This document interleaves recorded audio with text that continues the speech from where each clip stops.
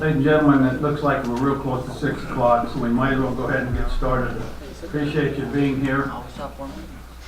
Today is March 6th, 2019, and the time is, we'll call it 6 o'clock. I've asked Harrison Judd to give us the opening prayer. So Harrison, come on up. Just step to the mic if you would.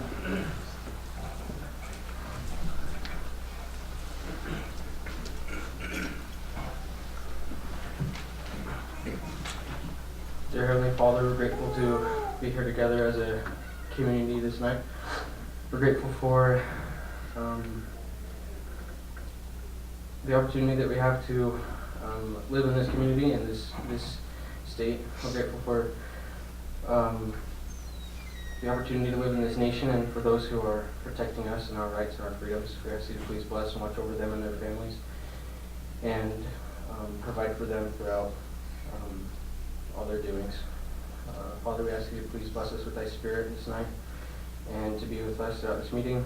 And we say these things in the name of thy Son, Jesus Christ. Amen. We'll continue with Tate Christensen. He's agreed to lead us in the pledge. By the way, both of these young men were tasked real well, about a minute ago, so appreciate you very much. Please stand.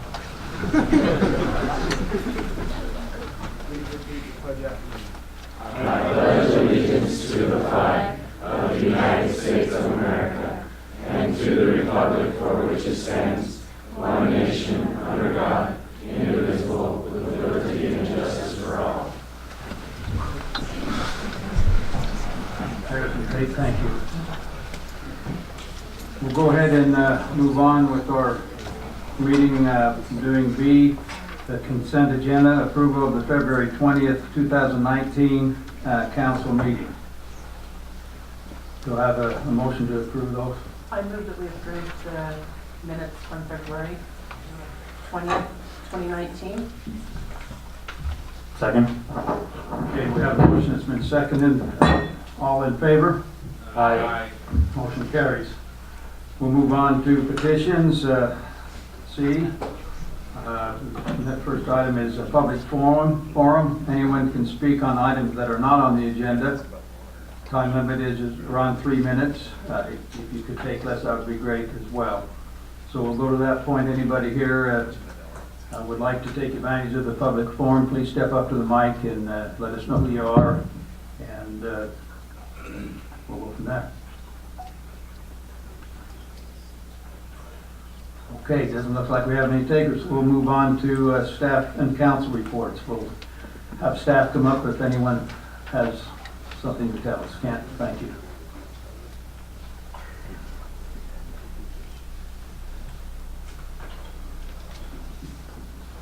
Mayor, Council, just for your information, we have the CDBG 500 West project that's been put out to bid.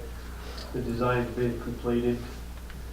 We have a neighborhood meeting scheduled for 5:30 to 7:30 tomorrow evening for those residents to come in and visit, voice their concerns, and see the project. So just for your information, when those bids come in, we'll keep you updated.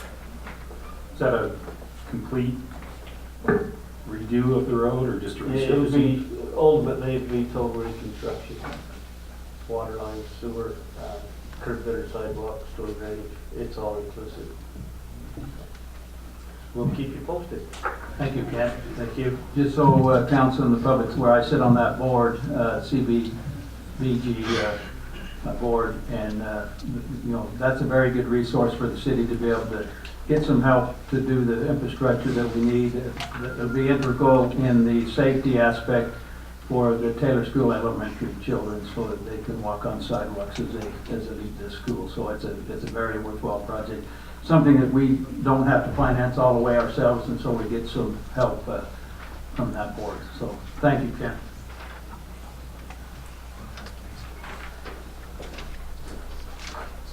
Mayor, council, and public, just wanted to let you know we're taking registrations now for spring sports. We've got baseball and softball, as well as track and field and tennis coming, and then swim lessons will be opening in a month.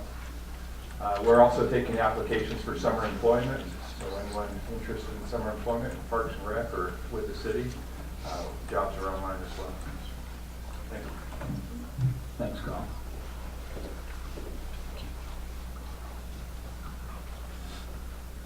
Any other staff would like to take advantage of the time? If not, we'll move on to council report, starting with Councilwoman Hyatt. I just want to thank all you young men for coming here, and I want to thank you for all the determination, all the practice you've put in to succeed of what you've been doing, and I want to thank the parents too, because without your parents, you probably wouldn't be doing this. And I want to thank the parents too out there for all those parents who support their kids and everything they do. I really appreciate that. Those kids tend to really exceed expectations put upon them when we are there to support them. Thank you. Yeah, it is good to see all these Payson Lions here as a former Payson alum myself. It's always exciting. It's also good to see my Salem kids here as well. Couple of things that I wanted to talk about. Thanks to the road crews, we keep getting a lot of snow a little bit later, and it's been quite a bit, so we appreciate the road crews for taking care of our streets. I was going to joke that it's good to have all these wrestlers here in case a pipe breaks out here today. We've got our security here, and or else we have to run really fast out this door. Just one question. This will probably be talked about regularly, but where are we at on our runoff water plans? Like, we're getting a lot of snow, a lot of water. Are we? Yeah, Brent's here. yeah, Brent, you gonna, we're at about 152% of normal, which is a great water year. We keep getting more. I think we had some today. We met yesterday as a staff, and the mayor came into that meeting, but we met on where our most vulnerable spots are for flooding. We've coordinated efforts to get our some of our areas cleaned out. We've had a lot of volunteer groups ask if they could help clean part of the Dry Creek channel, so we're organizing that. Scott and Brent and Mark Hyland are doing that. Kent's using the big equipment and trying to get the areas, the mouth of the canyon. Reaching out to Utah County, the log catch up the canyon a little bit. That's their facility, making sure we get the silt and everything cleaned out of that. We're looking at the Dry Creek channel going under I-15 and west. We've annexed some areas out there, so the county doesn't clean that anymore, so we're looking at those areas to clean. We've put together a plan of trying to get it as ready as we can for the runoff. If we have a nice gradual spring warm up, we should be great. If it gets really hot really fast, the water's going to come down pretty fast. So we're a little unsure because of the burn scars and the fire. When we had those 3 days of rain right after the fire, we had quite a bit of debris come down. We're probably going to get quite a bit of debris this spring, so we're trying to be as prepared as we can be. We're going to have some more sand and sandbags strategically ready when we need it. So, Brent, anything else? Ken? We're trying to meet with Highline. We're going to hopefully meet with them tomorrow, but try to utilize the Highline Canal for flood purposes as well, and Utah County and the other. So we're doing our best to be prepared for it. Okay, that's good. We're getting into the runoff's going to start coming down, so I just want to make sure we're ready.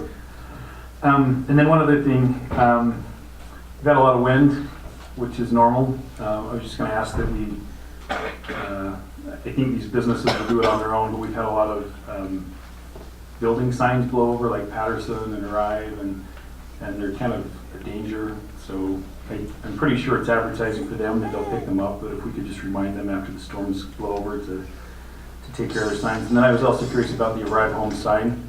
I'm pretty sure they're done building in Payson. Can we have them take down their sign at the mouth of the canyon? I mean, it's faded, it's ugly, it's nothing to be sold in Payson right now from them. Yeah, we can check that. Okay. all that I have. Yeah, I'd like to say a few if I could. I'd like to thank the Jeff's sewer crew. I know they've been working very hard on a problem that we've had with our sewer there along SR 198. I've watched them late at night trying to rectify that, and ended up having to excavate some of that area when the other package didn't work. So thank you, Jeff, and your guys for the effort that you go to. And then just a little bit of follow-up on the water issue and it coming down and the burn scar. We have been actively, and it's an acronym, NRCS, it's a federal agency to help us mitigate the damage that's been done as far as the burn scars are concerned, and also the fallout from the water and debris that will come down. We've filed all the necessary papers with the county, who is our agent to act for the federal government. Federal government will take care of 75% of the cost, and then that leaves 25%. But there's a number of different avenues that are being explored right now to help the community, Salem, Spanish Fork, Payson, maybe even Springville, with that 25%. So there's a couple, 3 different things out there that may help us in that regard. We need to be patient because federal government doesn't respond too quickly. And so we're hoping that we can get that funding as soon as possible, and it'll help us as we try to mitigate the problems that we may experience for the next 3 to 5 years. So just wanted to make the public aware of that. It's fun seeing all you young men out here. I don't know you young men, but I know a lot of your parents. And so it's fun seeing, and we congratulate you on your wonderful job that you've done. It's great to have that team at Payson High. I've been gone for a couple of weeks, and there's something that happened while I was gone that really was funny to me. I asked the mayor if I could share this, and the council knows, I think, what I'm going to, I don't know if they know what I'm going to say. They never know what I know. They never know what I'm going to say. But, so, I'm down in Arizona, and I'm listening to the Arizona news, and of course they're talking about the 33 inches of snow in Payson, Arizona, and Flagstaff, and all this snow, and it rained so much, and I was constantly looking at my emails, and I noticed that there was an email from a woman and a gentleman, 2 different emails, asking the city why they had not plowed their cul-de-sac. They had cleared the road and everything, but they had not gone into the cul-de-sac to clear the road. And it was addressed to our city engineer, Travis, and so he answered back. And he answered back to both of them, and he said, you know, I understand your frustration. There's a lot of man hours that go into plowing and everything, but I believe you folks live in Payson, Arizona.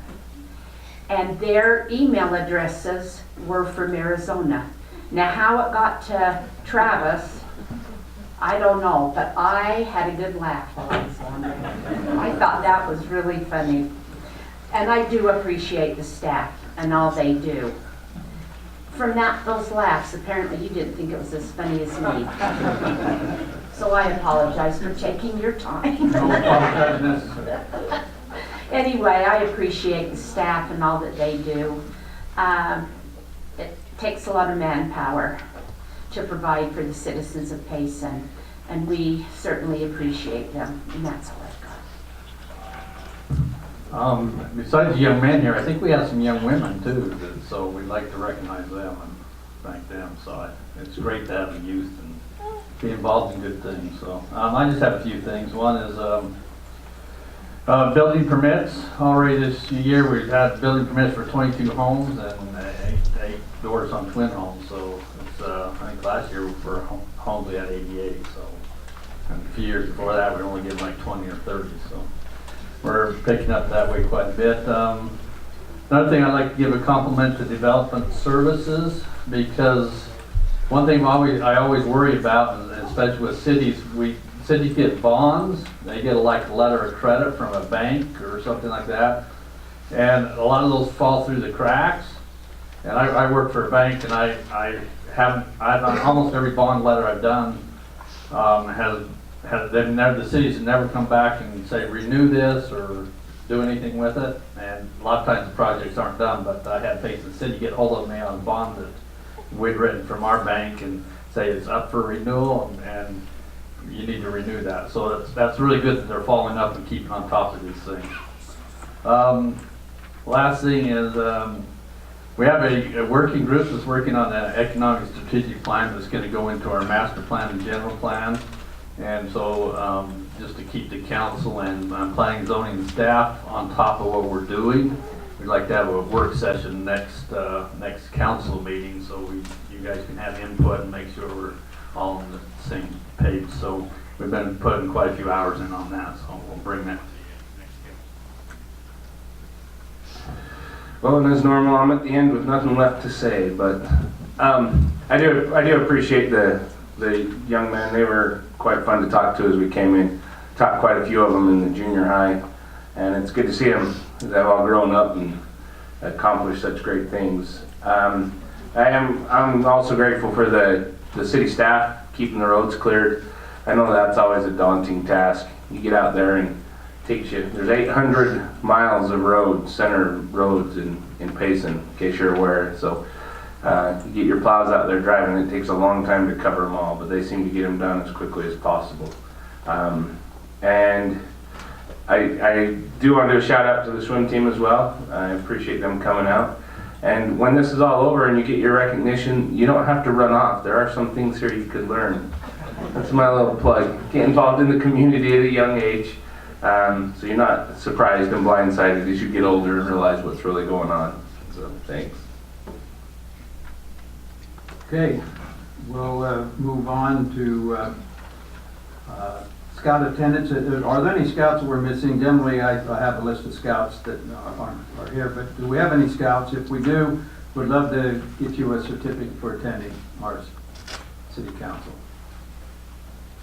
Doesn't look like we do. So we'll move on to the CTC Communities That Care Mayor's Youth Recognition Award. Kim, are you here? Yeah, there we are.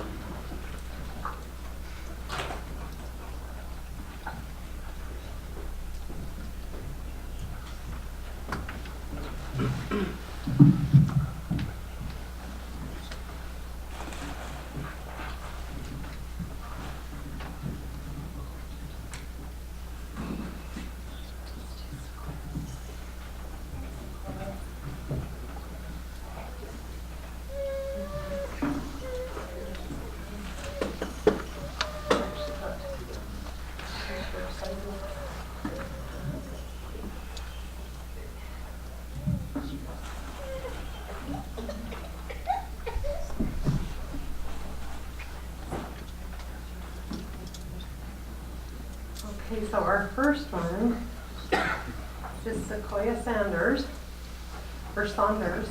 Does she want to come up? Did I say that right? Yeah. All right, come on up. I know it's kind of scary with all these people here, huh? So Sequoia is from Payson Junior High, and her write-up is, so Sequoia is a student, and she is one of the kindest hearts. She strives to make other students live happier. Sequoia has a cheerful disposition and is always looking to the bright side of life no matter what is going on, and that is from Mrs. Hall. I don't ever have her as a student, but I was taking down a bulletin board after school, and she offered to help me. She helped me well beyond the time school had ended, and the whole time she was just chatting away. She is an extremely sweet girl, and that is from Mrs. Amadeo. Is that how you say that? Oh, good. So Sequoia is a hardworking student. She's also very helpful to other students and to teachers. I enjoy working with her. And this is Mrs. Cepos. Okay, this is really testing my skills with pronouncing names. Cepos. I had Sequoia last year. Sequoia is always positive and happy to be in class. She worked hard and helped me with whatever I needed her to do. She loved the Sudoku contest in the fall and was a winner multiple times. Sequoia's enthusiasm and positive attitude helped me make the class a great place to be, and that was Mrs. herself. Sequoia is not afraid to stand up for what she believes. She is kind, thoughtful, and innovative. I enjoy having her in my class, and that is Miss DeGraffenreid. Sequoia is kind and friendly. She listens when I teach. She works hard on her assignments and is conscientious about her student responsibilities in my class. She does all of the things that are important for success and is kind and has a happy demeanor. She is always ready to help others in any situation. And she is a great student and a positive member and an outstanding member of the student body, and that is Mr. Howell. So she had a lot of teachers respond. Mr. Simmons said, Sequoia is easily the most kind, loving, and genuine student we have at Payson Junior High.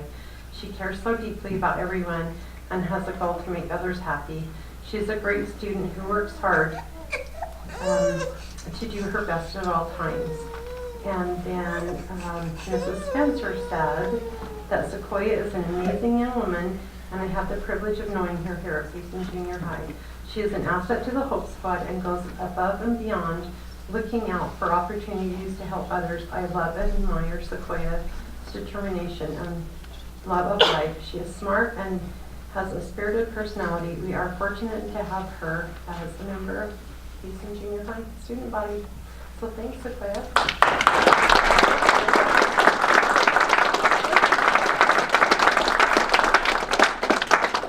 So we're going to have them stand up here while we read all three of them.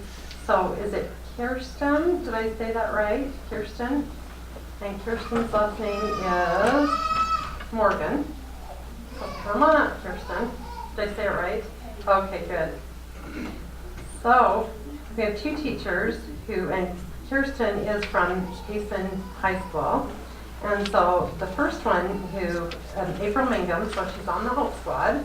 So Kirsten is an amazing kid. She is sweet and kind. In fact, she came to our counseling office today and told our secretary that she needed to talk to me. I had another student in my office at the time who overheard when our secretary came back and said, Kristen Morgan is here to talk to you.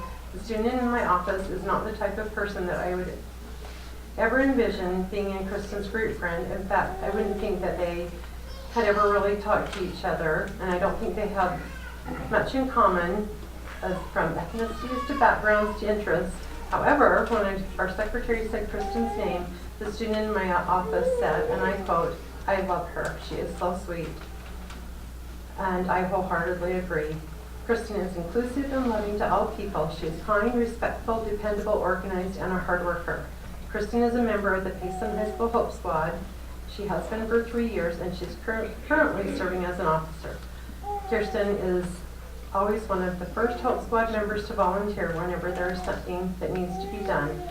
Kirsten is a senior this year, and I have no doubt that she is going to do amazing things. I love her, and I will miss her next year. And then the next one,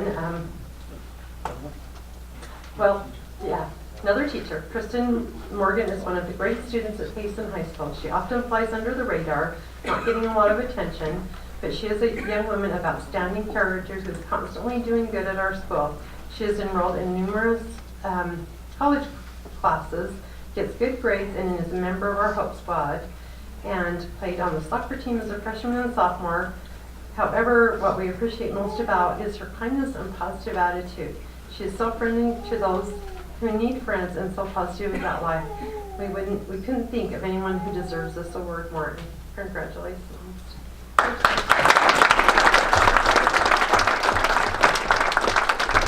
I'm going to check my email really quick because we had kind of an unusual thing happen. For our next nomination is Audrey Peterson, so come on out, Audrey. Audrey is from Genola, and Mr. Peterson did not get me your write-up.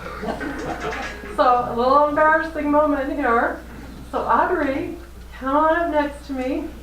Tell me a little bit about yourself. We're going to make you kind of tell us what you do at Mount Nebo Junior High since Mr. Peterson apparently dropped the ball. So tell us some of the activities you're involved in. Brag on yourself. Yeah, this is your shining moment. Maybe we should make Mom come up and brag on you too. So tell us what you do at Mount Nebo Junior High. What are some of the... I'm a ninth grader. I'm in the student council. And I'm also in women's choir. And Okay. all that. Well, when Mr. Peterson realizes what he's done, I'm sure he's going to be really embarrassed.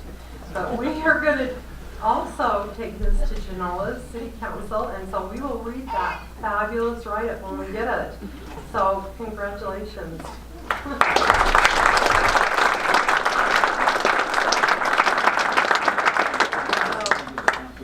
Yep. So, moms, if you want to come take pictures. Oh. We have backpacks for you guys. That's what the backpack.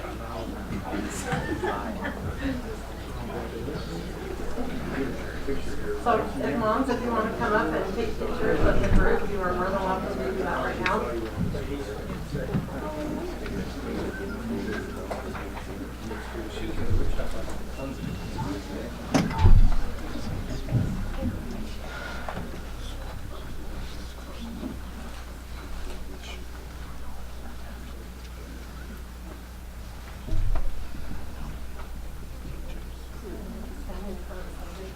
I send this actually to the schools.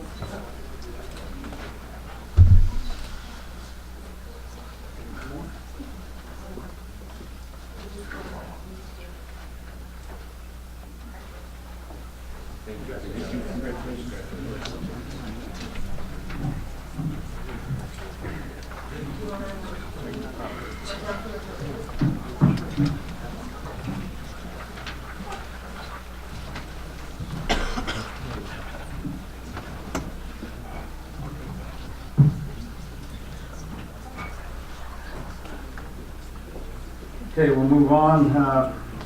The Chamber Business of the Month, Ty, are you there? There you are.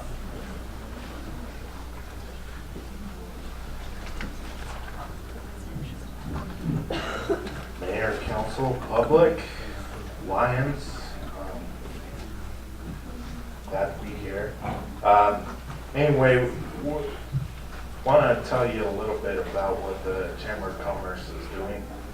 We've reshifted some focus, developed some subcommittees to increase our effectiveness, put focus more on our ambassador visits to increase membership, and also to really help businesses. We formed a business breakfast club. I know the mayor attended our last one, but we're teaching businesses how to network, having speakers who will help you perform better. Is it something I said? But anyway, we've partnered with Google, and we have a large event coming up called Get Your Business Online. For any businesses that are interested, be on the lookout. That's going to be on April 10th. That's on the too. Yeah. Linda. I'm sorry. Just kidding. I'm a little informal, sorry guys. But anyway, billboard is another thing Councilman Carter asked us about last time. We have been meeting with Dave Tuckett, our executive director. Andrew Sefalo has come up with kind of a brainchild, and we're trying to wrap this up by month's end. So obviously, yeah, we're working on it. so glad to report that. Is there any questions or concerns from the council? I know Councilman Hyatt and Hewlett and the mayor, you know, everyone's pretty involved with us and keeping us in order, but any questions I can address right now? All right, let's get to the reason we're here, to recognize the business of the month for March 2019. That is Sugar Ridge Bakery and Soup on Main Street. And Melanie Keck and her husband, they embody the courageous spirit of entrepreneurship. And I know them on a personal level before they started this business. Are doing amazing things downtown. And they were voted by the members as Business of the Month. So congratulations.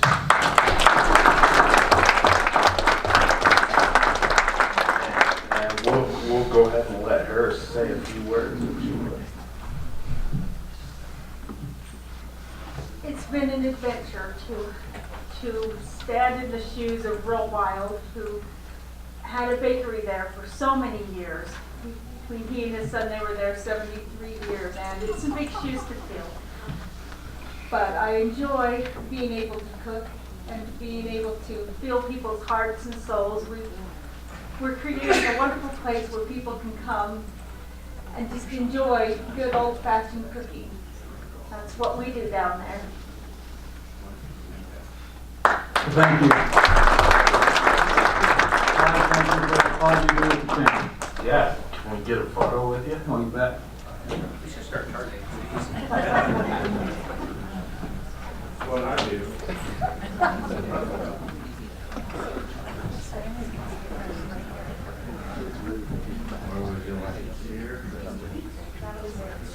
This one?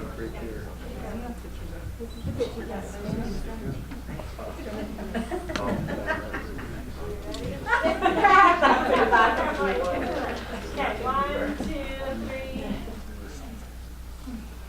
Okay, congratulations.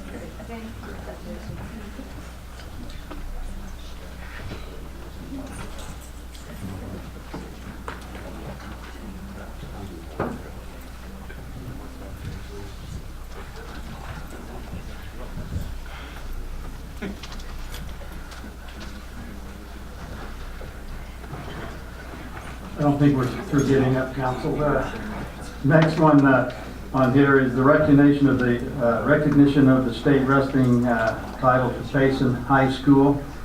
And unfortunately, there's been made reference to the girls swim team. They've not been able to be here tonight.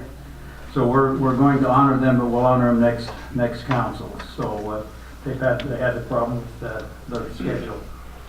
But we'd like to recognize the wrestling team for their accomplishments. It's something that's near and dear to my heart, and since I get to officiate in this meeting, I invited them to come and with all hearted support of the council and staff. So, Ty, I'd like to turn Jed, I'd like to turn some time over to you, Jed, and if you would introduce us to your team.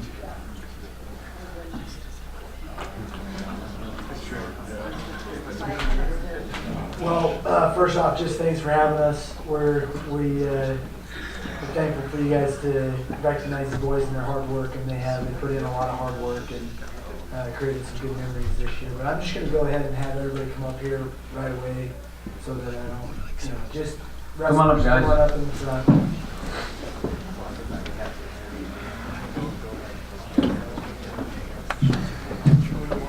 Can I compliment you guys? You look really sharp. Thank you for looking the way you look.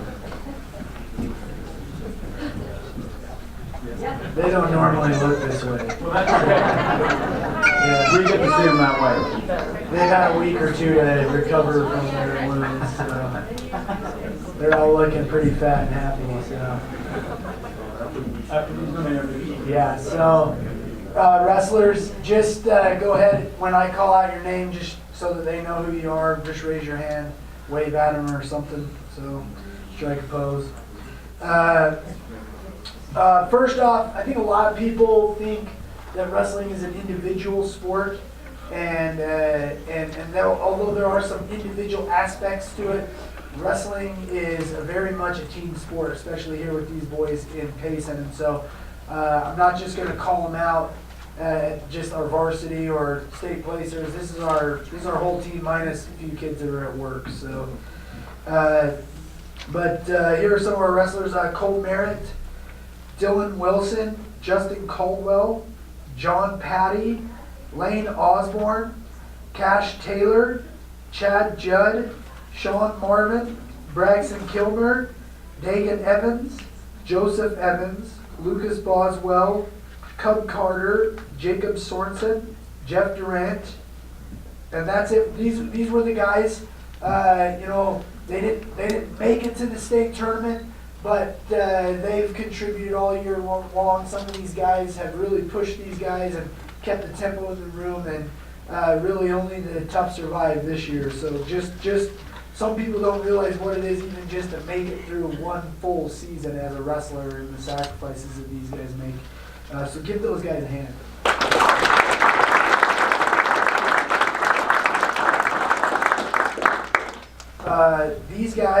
These are our state qualifiers. You guys made it to state. Some of them scored points for us. Actually, quite a few of them scored points to help us win a state championship, and actually enough to make up the difference to put us over the top of you winning at the state tournament. These guys are Preston Laferette, Jacob Ford, Ethan Penrod, Quade Valerio, Trey Hyatt, Joseph Branley, Jason Butler, Harrison Judd, Trevor Guzman, Lewis Williams, Tate Christensen, and Dakota Boss. Okay, these guys made it to the state tournament. They scored us points, contributed. A lot of them underclassmen. So we're happy to have a lot of these guys back next year. Give these qualifiers a hand.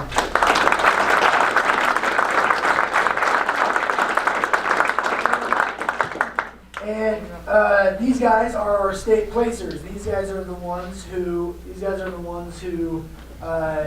made it to the podium, got a medal at the state tournament, which is a huge feat. So. First up, we have Braxton Monroe, who took 5th place. Next, we have George Sanchez, who took 4th place.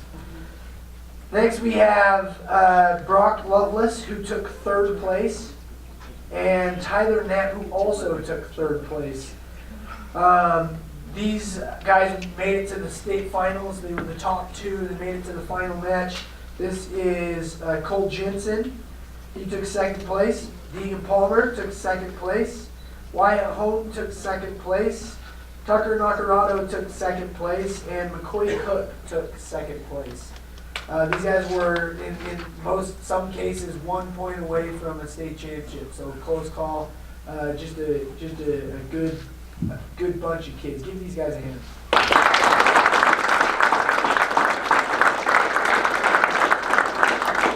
And then last, this is our one lone state champ this year that made it to the top of the podium. Who became a state champion this year. Worked really hard in the off season to make up the difference and to get to the top of the podium. And that is Tyson Carter.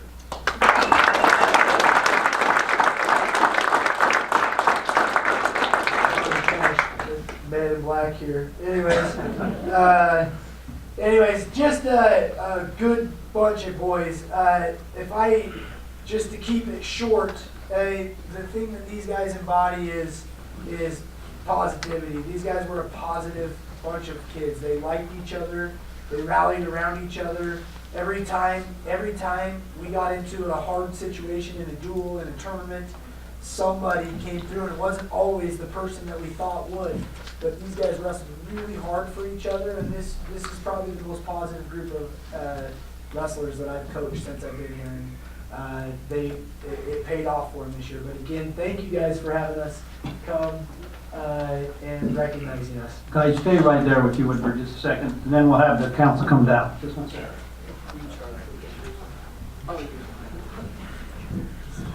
Kim, do you want to come up?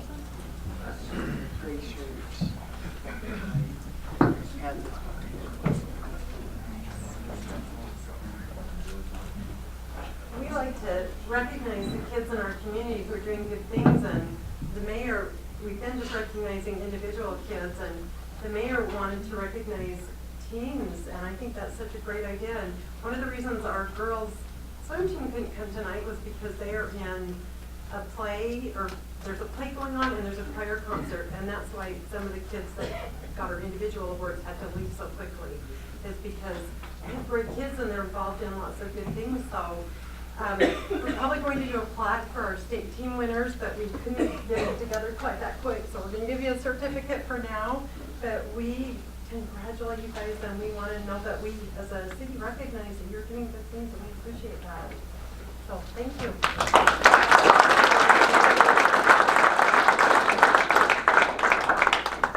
Just for a second, we have wonderful young men and young women in our community, and we really want to reach out to that section of our community and unite with them. So this is something that we would like to continue. We have a junior high school team that we're going to recognize that went to state as well.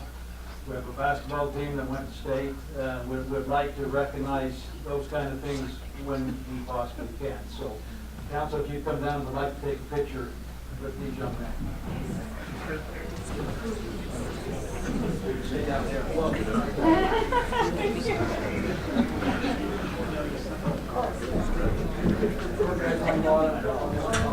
Come on, boys, you got enough pictures. I know, you know how this goes every year. Hey, Jody, get Clark in there, though. Clark, Jeff, get in there. Oh, yeah. Payson and McCoy switch. John, Jody, hush, just get the pictures and get out of here. No. Tiffany's here, she'll make it worse. That's true. If you're not looking right here, you guys know what's going to happen. More afraid of the moms than I am the wrestlers. That's right.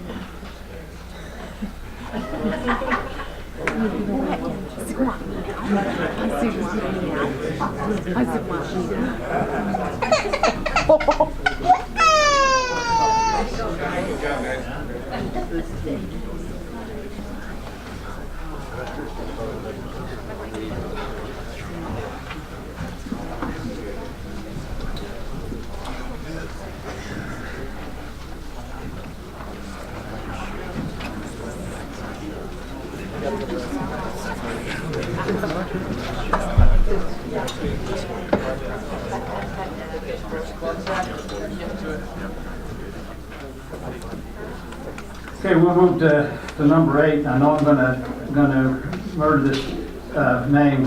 Is it Jackson Associates? Is that what it is? Jake's? Well, I knew I'd murder it, so.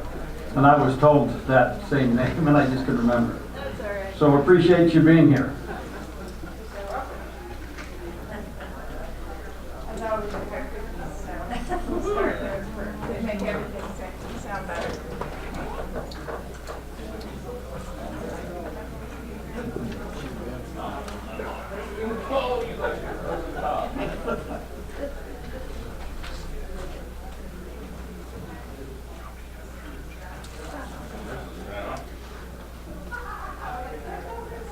Yeah, that's right. Aren't you lucky?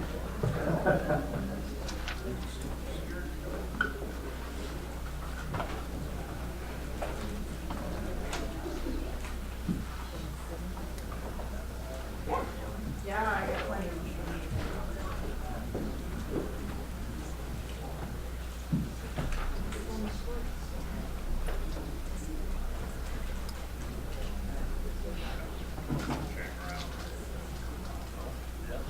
All right, well, thank you for having us here tonight. We're excited to be here. So I grew up on a farm in Montana, and as part of my growing up, 4-H was mandatory. My dad didn't give us a choice. And we raised 4-H beef. And so we had Charlie Angus, and they were big. And when I was in 9th grade, I had one that was really extremely wild.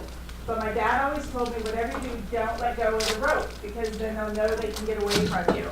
And so one time I'd been working with this steer, and my dad came home from work, and I said, you gotta see how good my steer is. And so I was leading my steer by the lead rope, and we walked out into the corral, and the steer saw my dad, and he went crazy. And I'm just holding on and holding on. The steer actually jumped on me, cracked my ribs, and finally but I was not letting go. And finally, I think my dad realized what was happening, and he's like, "You can let go of the rope." And at that time, I finally let go of the rope. My dad was a really great guide to me, but sometimes he needed to change directions. So we are here to be your guide. The first thing that we want to do tonight is just share with you 3 different things. One is just our scope of work, just so that you understand what we've been contracted to do for you. And then Daryl's going to talk about our social media strategy and where we're at with that. And then I'm going to wrap up just talking about some of the things that came out of our influencers workshop that we had. So again, we have a contract for basically 12 months to help you to be your guide. That's where the story fits in.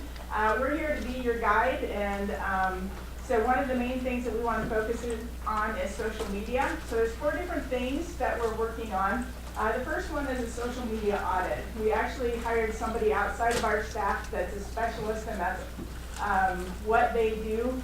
And so in your packet, we gave you the social media audit that was done. And then we're creating a social media policy. The social media policy is where we're working with the city staff to make sure that everybody is in alignment with how many different pages should we have and who posts on those pages, and just guidelines as far as content and when people respond to the social media. How do we do that if things start to go in a negative direction? All those different kinds of things. And so that's the policy that we're working on. And the policy, again, will be implemented with the staff to figure out exactly how that goes. So we have a draft of that created. And then the next one is the social media strategy. So that's how do we implement it? How do we beef up what's happening? And then the last one is that we have some time in our contract where Daryl's actually providing social media support. He's already started doing some Facebook posts and some Instagram, and he just took pictures of the wrestlers, and you'll see them on the Facebook page real soon, I'm sure. And then a couple other things we have is we have in there to just review the website and the newsletter and just give you some recommendations. And then we also have in our contract to create a promotional video. And so this video will be a short, about 3 minutes is what they say is people's max attention span. So we'll create a promotional video that can be used on website and social media. And our timeline with that is that we want to tie that into the branding when that is ready to launch. And then the last part of our scope is just the influencers workshop. Our part in that was to organize it, facilitate it, and document everything, and then to create a public relations plan that included action items and ideas from that workshop. So that's just to give you an overview to make sure that there's a common understanding of what we're here to provide for you. Again, our contract goes through the end of the year. And so we're excited of all the things that we've accomplished already, but now Daryl's going to talk about social media.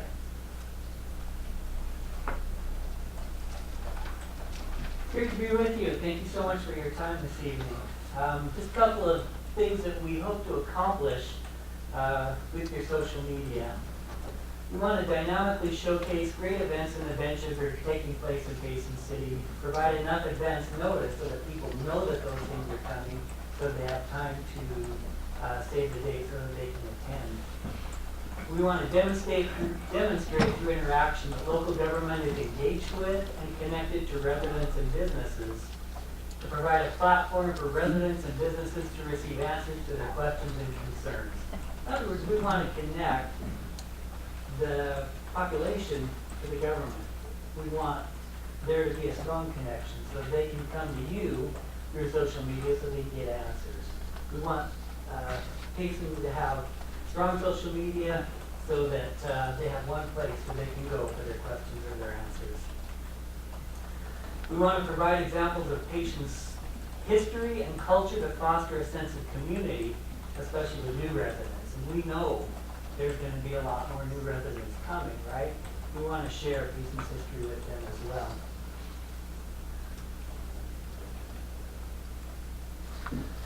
We want to create digital interactive Payson City experiences through photos and videos. Sid talked about that. We want to promote, showcase new businesses, understand you have a KFC coming up, and highlight existing ones like the one that was featured tonight by the Chamber of Commerce. We want to have a place where people can go immediately to get timely emergency information. We learned last summer that happened, right? We needed some information right away. And lastly, we want to introduce and promote city officials and departments to provide information for additional services like Parks and Rec, the library, public works projects, school districts, and events. So we want to connect the government to the city. We want to have that strong connection, especially as more and more people come in. We want to have a place for them to go and connect to you guys. All right, a couple things that we've noted so far. We recommend that you use Facebook as your primary social media channel and Instagram as your secondary channel. All right? In our influencers workshop, we learned that the kids were just astounded that there were people in Payson that had no social media at all. They didn't use them. And so they were astounded by that. So Instagram is where the kids hang out. My 17-year-old daughter was aghast when some time ago I signed up for Instagram. She said, Dad, Instagram is for us. You have Facebook, right? So if we use Facebook as the primary channel, because I've got the most followers so far, and we build up Instagram, then we're a pretty good cross-section of your population. We don't want to ignore Twitter. It won't be as important as the other two channels. But we have Hootsuite, which means that you can schedule and post social media posts across all three of those different channels. So Twitter isn't a huge part of what we're going to do, but if you use Hootsuite, it's not that much more effort. We want to use an informative tone for official city business, like we posted on Facebook for the State of the City address. If it's coming from the city itself, if it's an official city event, we want an informative tone. But we've also used a more casual, friendly tone for things like the wrestling championship and the basketball playoff success. So that's kind of what we'll adopt for your social media.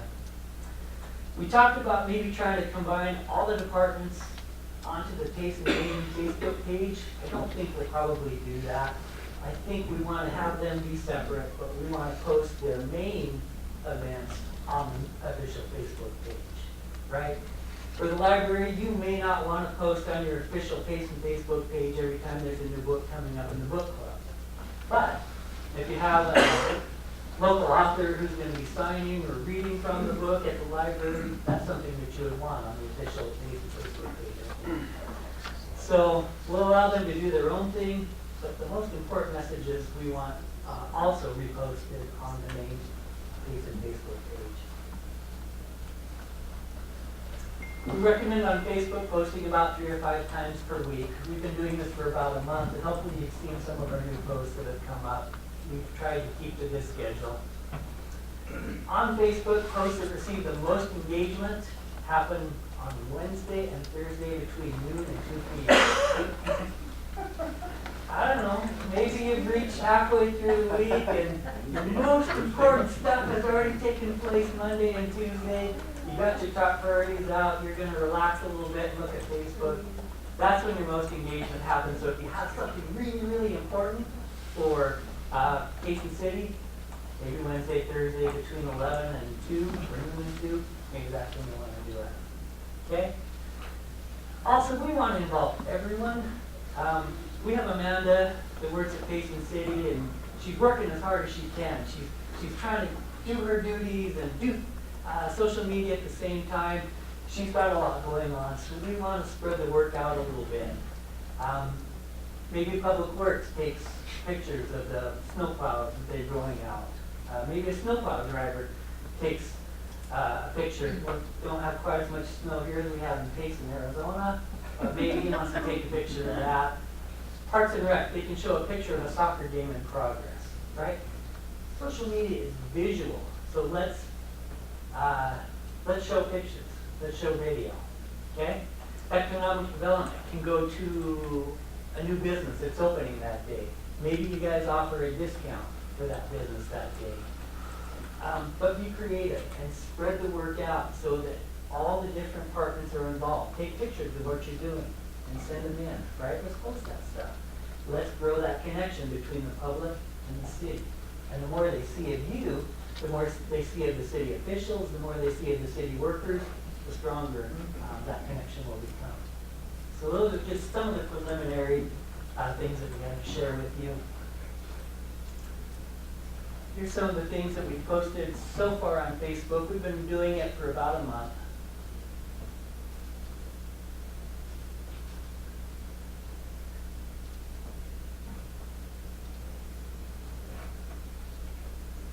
And this post was really had a wide reach.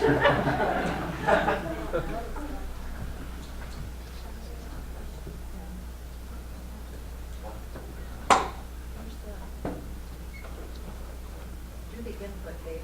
Where's the remote? It's disconnected. Give it a second.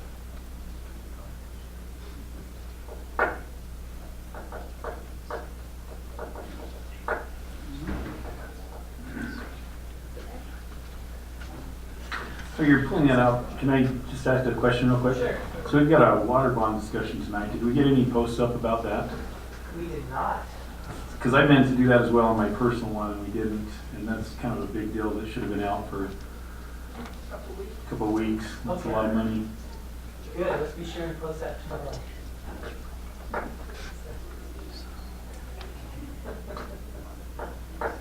Those are some of the things that we're trying to figure out is the best way to get the information to post on there. Right. And so that's something we could really use your help with as we work through the different channels is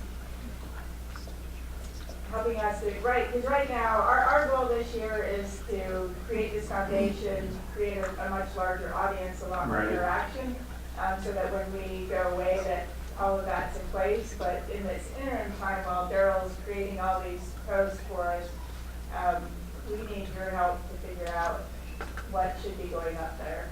Well, what you've done is beautiful. Like, it certainly is. Oh, thank you so much. We're trying to cover all our bases. We talked about the history of Payson, right? So the first post talks about historic buildings that are still here. Your sports are having a great season, right? Wrestling took the space, so we put that up. The way that this works is people that are reached, 1,895 reached here, 3,284 people reached here. That's people that have seen the post, okay? If this next number, the engagements, that's if they click through to the article, or if they comment on it, or if they like it. And if they like it and they're not a member of the Facebook page, we go ahead and immediately invite them to join the Payson Facebook page. So with every one of these posts, you're getting more and more followers. We also do official city business. We repost from the Payson Chronicle so that we build up readership there, right? So that we promote them as well. So these are kind of some of the things that we've done. It's a marathon, right? It's not a sprint. And so as people trust Payson City Facebook or Instagram or Twitter, they'll come and they'll join, right? And that's going to be especially important as you roll out some of the bigger things that are coming up later this year and in the coming years. So that's kind of what we've done. We've seen people increase. We've seen our engagements increase. We think we're off to a good start. Again, we want to lay the foundation for you so that when we step back, you guys have that ready to go. Do you have any questions for me? I'd like to make a comment. I think this is exciting. It's just exactly what we need to do to engage our citizens. So anything we can do to make that connection is something that's worthwhile. Perfect. Thank you, Mayor. We love being a part of Payson City. You guys have so much going on and so much that's upcoming. It's really exciting to be here. Thank you. So we debated about this handout I told her not to pass it He out. told me no. I said yes, so you guys can vote who you think is right. But basically what this is this is our working document that just shows us these are the things that we're working on and the status that they're in. So the first section is the action items that came out of the social media audit. So those are things that through the social media audit were recommended to us that we do. So everything in green is things that we've already done, and then the reds are things that still need to be done. So you can see some of those is just a matter of working with the web developer to change some things on the website, and then some of them are still tied to the branding. We want to make sure that we coordinate with a lot of our things and make that timing just right, and so that's a couple of those. Then the next part where we talk about the influence workshop takeaway, those are all the things that we talked about in our breakout groups at that workshop. So I just wanted to give you a compilation of everything that we talked about, because there were a lot and there were so many good ideas. So I'm going to run through those just really quick. As far as the Facebook breakout group, I think Daryl just talked about, we've made a lot of improvements already as far as the Facebook. The Instagram was the next group, and we are working with Amanda. And like Daryl said, that Hootsuite is an awesome program that allows you to create one post and then post it in multiple places. And so that's one of the things that we're working on that will really give us that opportunity. Is that something that we pay a subscription to, or is that something that's free? It's actually free. Okay. Well, there's two levels. There's the free level, which allows you to post on 3 different social media channels, and then there's a paid subscription that allows you to post more. I don't know which one Payson has. No. How expensive is the? You can do it through Instagram to all of those already. Like, you don't need that, so I was just wondering, like, if you post through Instagram, you can click post to Facebook, post to Twitter, and you can do that without Hootsuite. So that's why I was wondering if it costs money or not. Again, I don't know, because one person is authorized to use Hootsuite.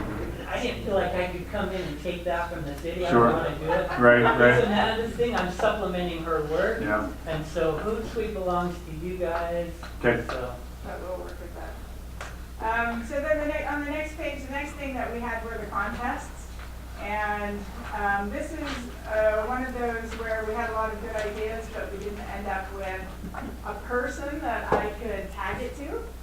So my recommendation here is that we do figure out one contest for 2019. We don't go overboard. I think we should launch one. So one of my questions to you would be any suggestions as far as who I could recruit to help in that effort to make that happen. Brian Hewlett? I said Janine, so. Michelle Fitzwater.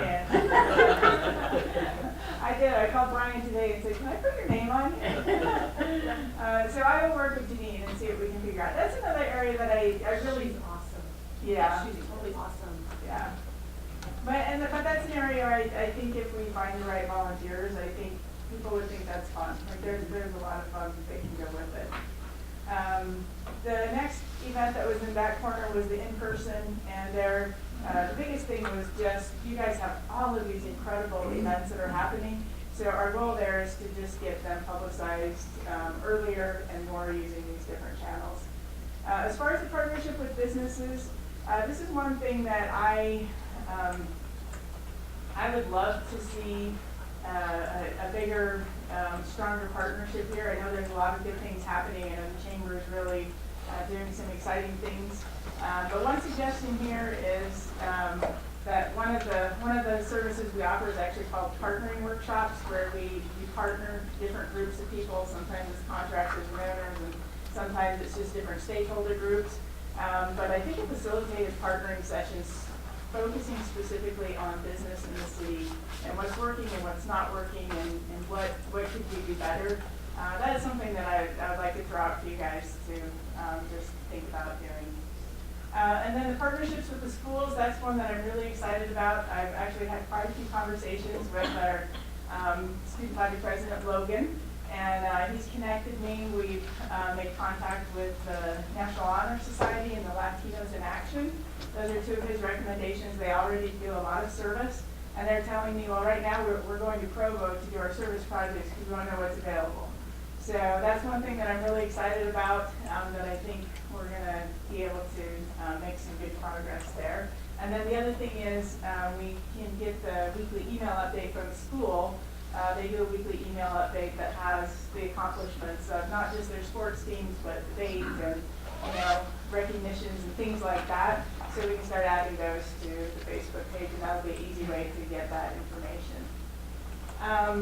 On the next page is just other random ideas that came out from the workshop that we want to make sure were documented, that we'll continue to look at. And then on the bottom of this, two of the things that I just want to talk about real briefly is that part of our overall vision is that we work really closely, again, with the rollout of the branding. So is there a updated timeline on that, just so we can? Yeah, we just there's a gentleman in California that's gonna do our logo and their style guide.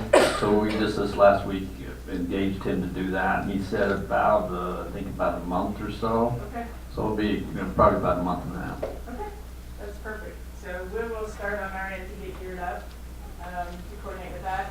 And then the last recommendation there that I have is that I really think, as we know, people love video. Like, that's what gets people's attention.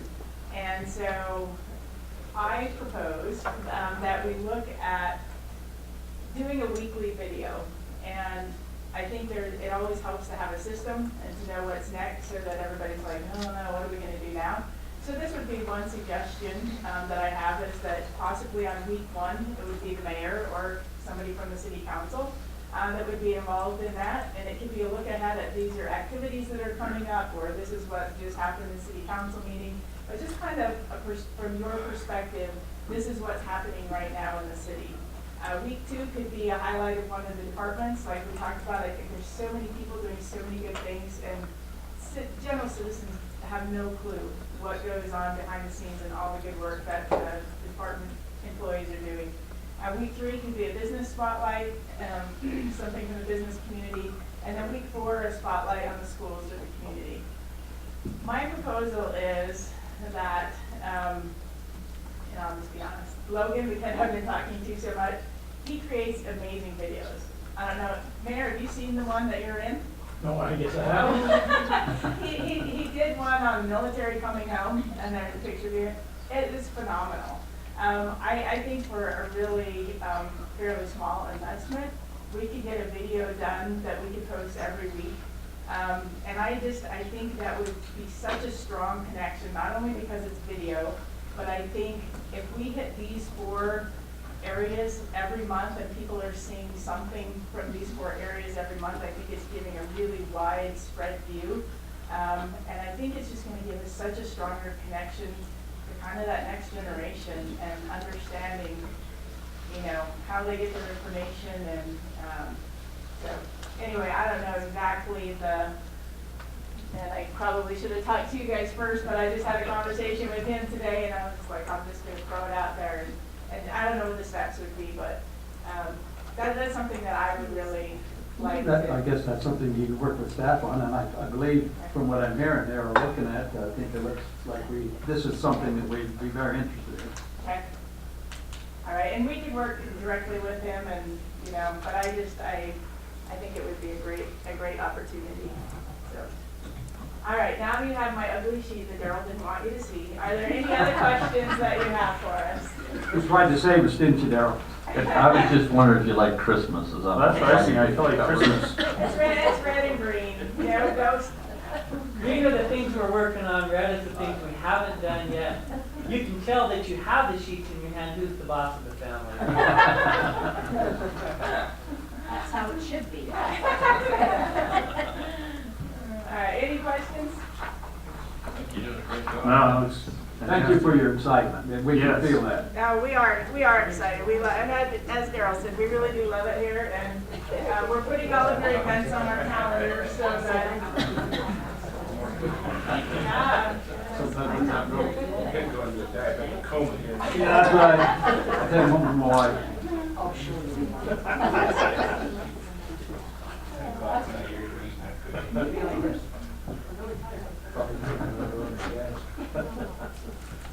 All right.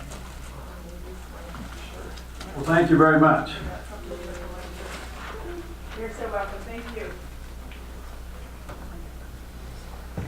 Okay, we'll move on to D, action items. We're anticipating a public hearing regarding the issuance of sale of not more than $8,985,000 aggregated principal amount of water revenue bond, Series 2 2019, and any potential economic impact that the project to be financed with the proceeds of that portion of the bond issued under the act may have on private sector and related matters. So, Dave? That was a mouthful of this. Mayor, Council, I don't know, this doesn't work too good, does it? So anyway, on. Mayor, Council, we, as you know, several months ago, we put in an application for a loan with the state of Utah Water Resources group. We initially put in for approximately $3.2 million for 2 pressurized irrigation projects. And as we turned that in, as we met with the state of Utah, they suggested that we also put in for metering our secondary water. A couple of reasons for that. I know the state's pushing hard for conservation. The reason we were interested in it, we have our current building standards is all new homes have to put secondary meters in. We did get a grant from the federal government for $300,000, and we had to match that, so that took $600,000. We had estimated we needed about $3.5 million to complete that project. We had applied for additional grants through the federal government, and they turned us down and indicated we probably wouldn't get any more money from them. And so as we were looking, we've been budgeting the last year and the last few years to at least $300,000 each year to just chip away at putting these meters in. When the state of Utah said we'd like to add to that, it's a very low interest loan, we thought, it's probably a good idea to pursue. And so we had them add that to the project. The other issue that is out there is the last 2 years of the state legislature, they have had some legislation to require that cities meter their secondary water. It hasn't passed the last 2 years. Right now, it passed out of the Senate committee, I think 12-2. More than likely it will pass. It hasn't finalized yet. But part of that state bill is some grant money that they would help pay up to 50% of the cost of us putting that in. I talked to the Water Resource Board when we applied, and they were not aware of the bill at the time, but I said, if this bill passes, we want to be able to get that grant money and not use some of the loan money, and they were fine with that. We still don't know if that's going to pass. We think it will. If it doesn't pass this year, I'm sure it will pass next year because there's been a push from the governor and the state of water conservation because of where we live. And I think we are the second driest state in the union. So those were the reasons we added to that. As we go through, the council passed a parameter resolution indicating that we could borrow up to that much money, and so we're proceeding. This is a scheduled public hearing. Sarah's got some information on a little PowerPoint. We put the notice out to the residents that it's estimated, or we're hoping that the $4 increase on our water rates last year will cover the increases. And I'll let Sarah go through some of her PowerPoint, and then we'll open it up to the public, and then we can have discussions, answer questions, and go that direction. Okay, so I'll be quick. So here's just a description of what the projects are for. They kind of went over those. There are 2 irrigation lines that we need to fix. One is due to just having pressure problems with existing lines and then new development. So the 16-inch is for the current problems we have, the 24-inch line is for the new development. And then they are going to rehabilitate a well, and then they're the installation of the PI meters. Here is the cost breakdown. This is what was approved by the state. About $6 million is for water meters, 1.5 is for the old,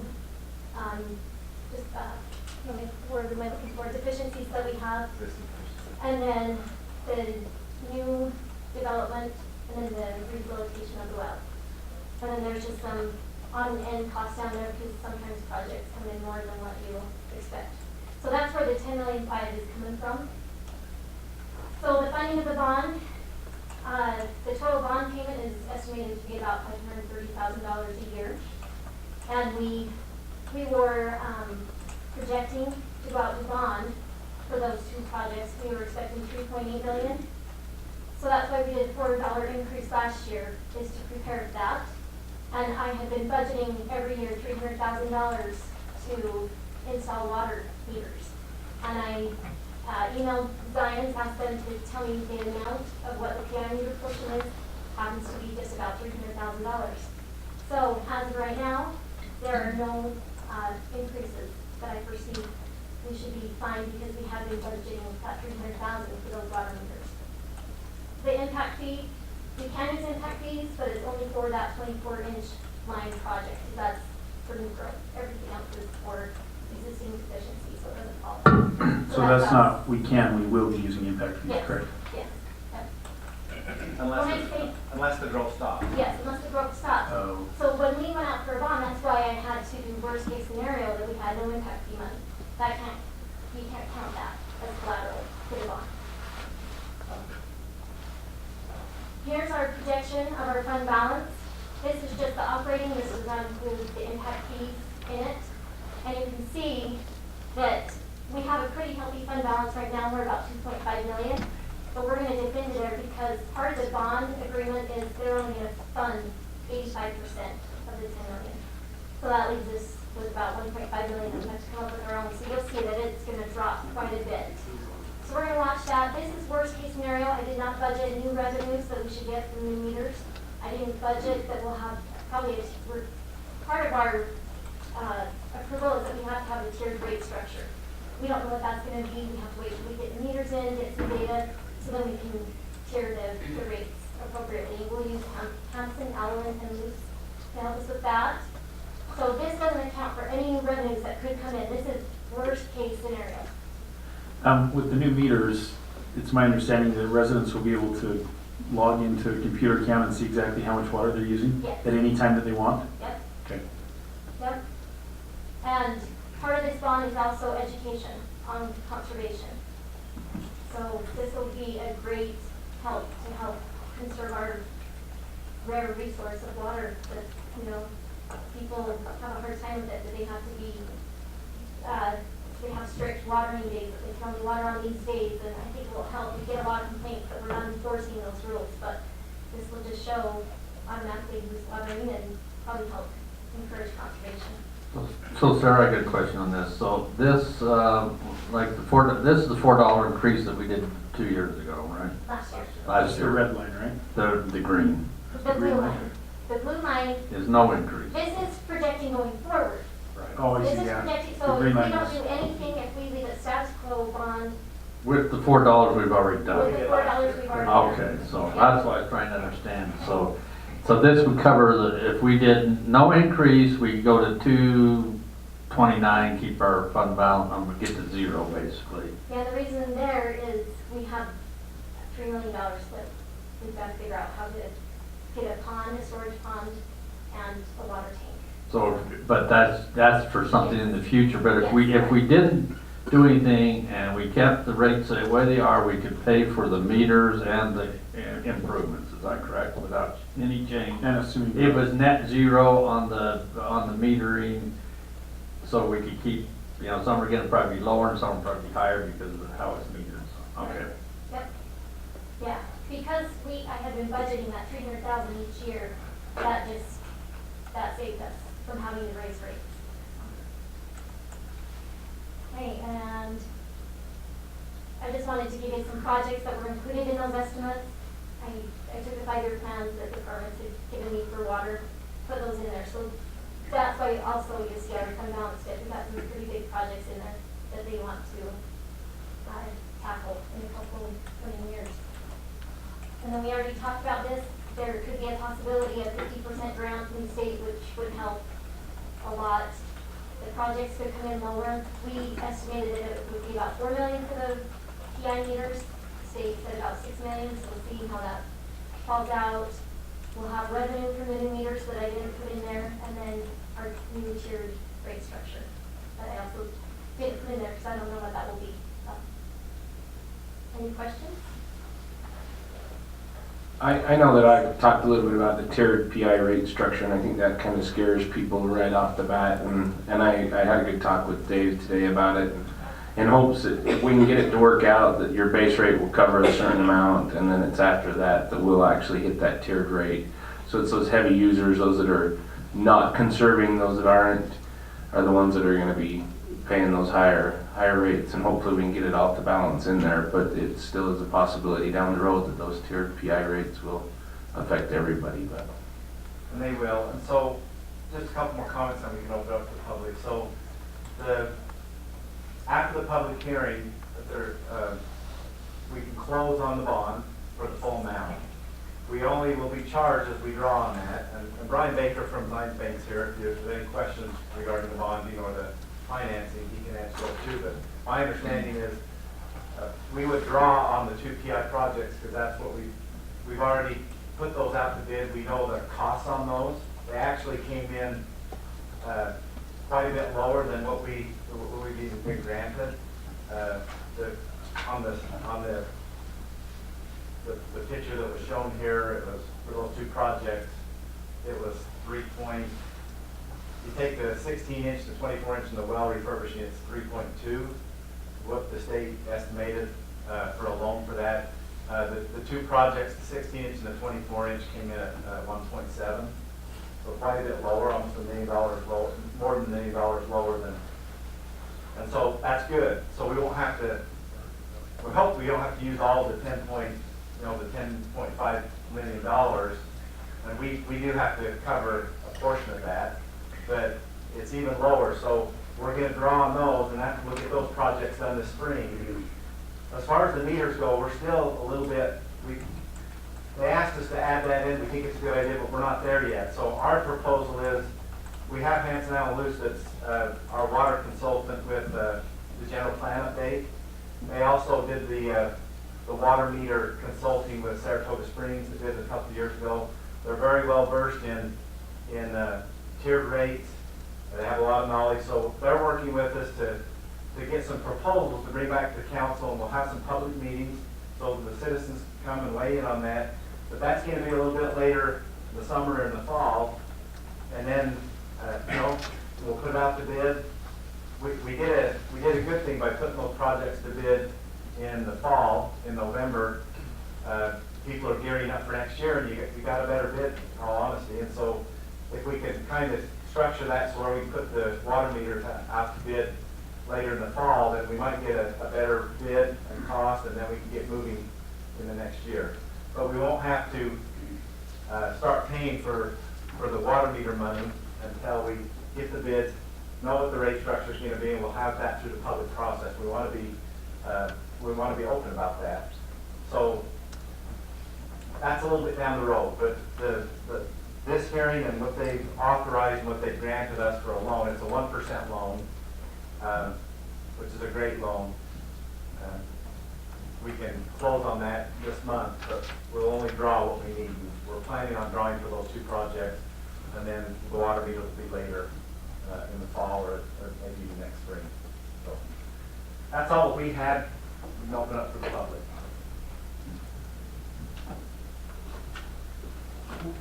Okay, well, I'll entertain a motion to go into public hearing. So moved. Second. Okay, motion's been made and seconded. We'll open the public hearing. Those who would like to, oh yeah. Mayor, turn All on in- your mic. Sorry, all in favor? Aye. Okay, we'll go ahead and open that public hearing. Please step up to the mic, state your name and address, and speak clearly if you will. Try to limit to about 3 minutes if possible. And please limit your comments to you agree or disagree with what we've presented.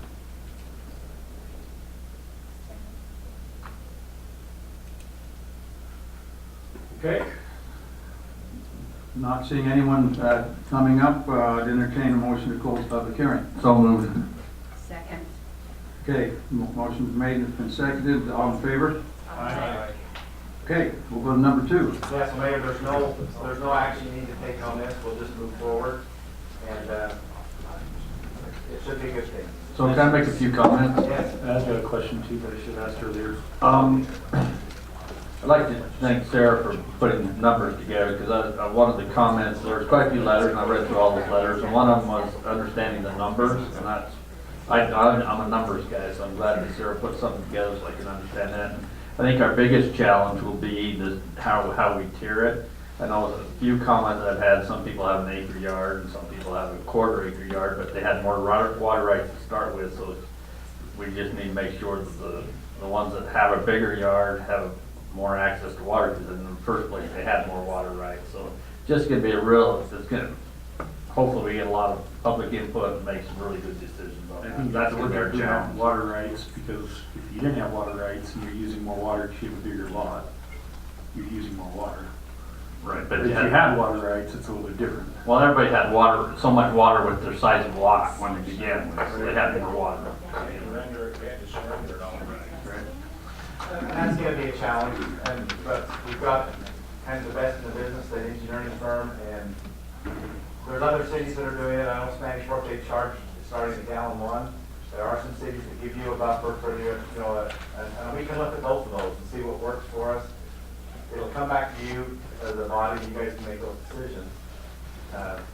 But yeah, even as far as this morning, I talked to you, Brian, and you know, before we looked at how we adopted that $4, and we saw that 300,000 that we put in for meters, it's like, wow, that just saves. We really don't have to increase the rates, so it's a good thing, and I think it'll be good to get these projects done. So there is a lot of growth coming. So I had a couple questions I was going to ask that I should have asked earlier, but does the upper PI line, does that include, do they calculate in watering those new fields up there that are going to be moved up there in their engineering? Yes. Yes. All that's part of it. That's all part of it, okay. And then second, and high school, okay. Perfect. And then roads, it's going to dig up a lot of roads, and does that funding cover rebuilding the roads? I would assume that a lot of the PI lines are under the roads, aren't they? Well, Right, so does that cover the cost to rebuild the roads? Is that part of the bid? yeah, one of the reasons the state bumped that up to the $6 million is, and Brent was down at the water users meetings last year, but communities that have been doing it, that they're saying they're paying anywhere from $1,200 to $1,800 a meter. When we talked to Saratoga Springs, they had different tiers, and there are some meters in their city, or homes in the city where they have to put the meter in, the boxes were already in, so they had a really good bid on the easy ones, and then they had a different tier for the harder ones, and then the really hard ones. Right. So yeah, that's what we're trying to evaluate now, is looking at all of our connections, what would need to be done to those connections to get the meters in. Some might be easier, some might be harder, and our hope is that we can do like Saratoga Springs did, and just get several contractors and just get the whole city done all at once, instead of doing so many a year and taking several years to do it. That would be the hope, but we still have to look and see the challenges that we have for each individual meter, and that's going to be an analysis we have to do. I'd like to know how patched up the roads are going to be. Yeah, were you talking about those laterals that they put in, the bid covered the road? Well, honestly, I don't know where the PI lines run. I don't know when it goes from A to B to C.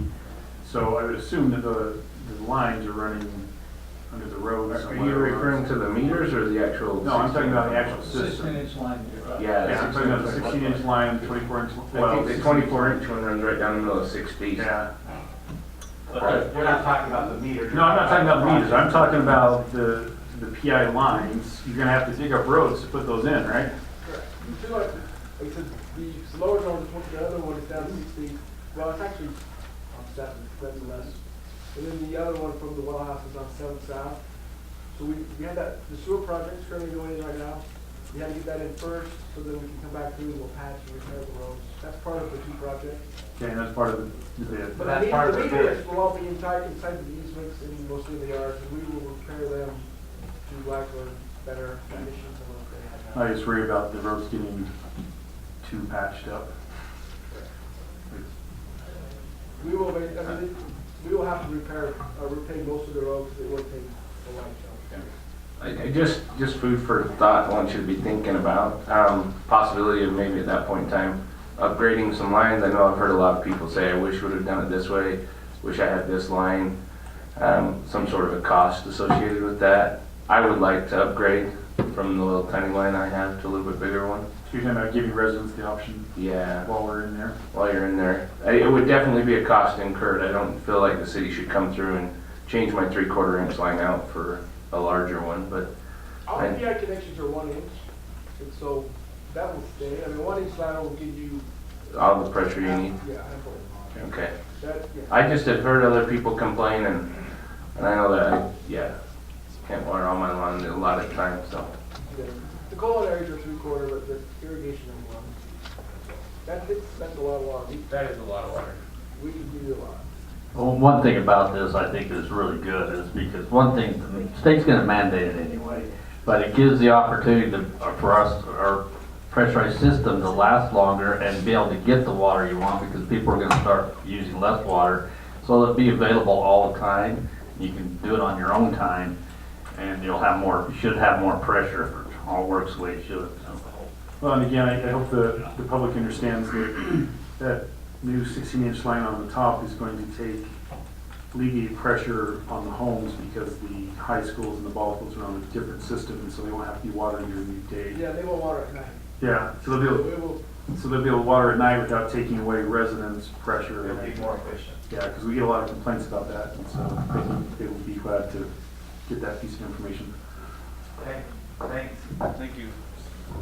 Okay, we'll go ahead and go to number 2, preliminary plan and final plot approval for M&G Hyatt subdivision located on the east side of 2450 West near Rosewood Circle. Daniel? Okay. I'm going to try to practice the art of brevity. Is this not working?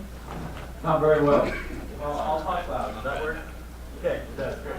All right, so M&G Hyatt, this is a 2-lot subdivision out in the A5H zone, so the agricultural area out west. You can see right there in yellow, the little rectangle.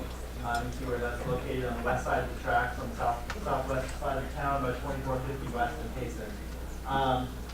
You can see here the zone map. It's right on the outskirts of town, so everything that's not part of the zone is currently not annexed into Payson. So this is on the edge of our boundary, the A5H, so again, it's the agricultural holding zone, 5-acre minimum, and it allows for agricultural uses and a single-family home.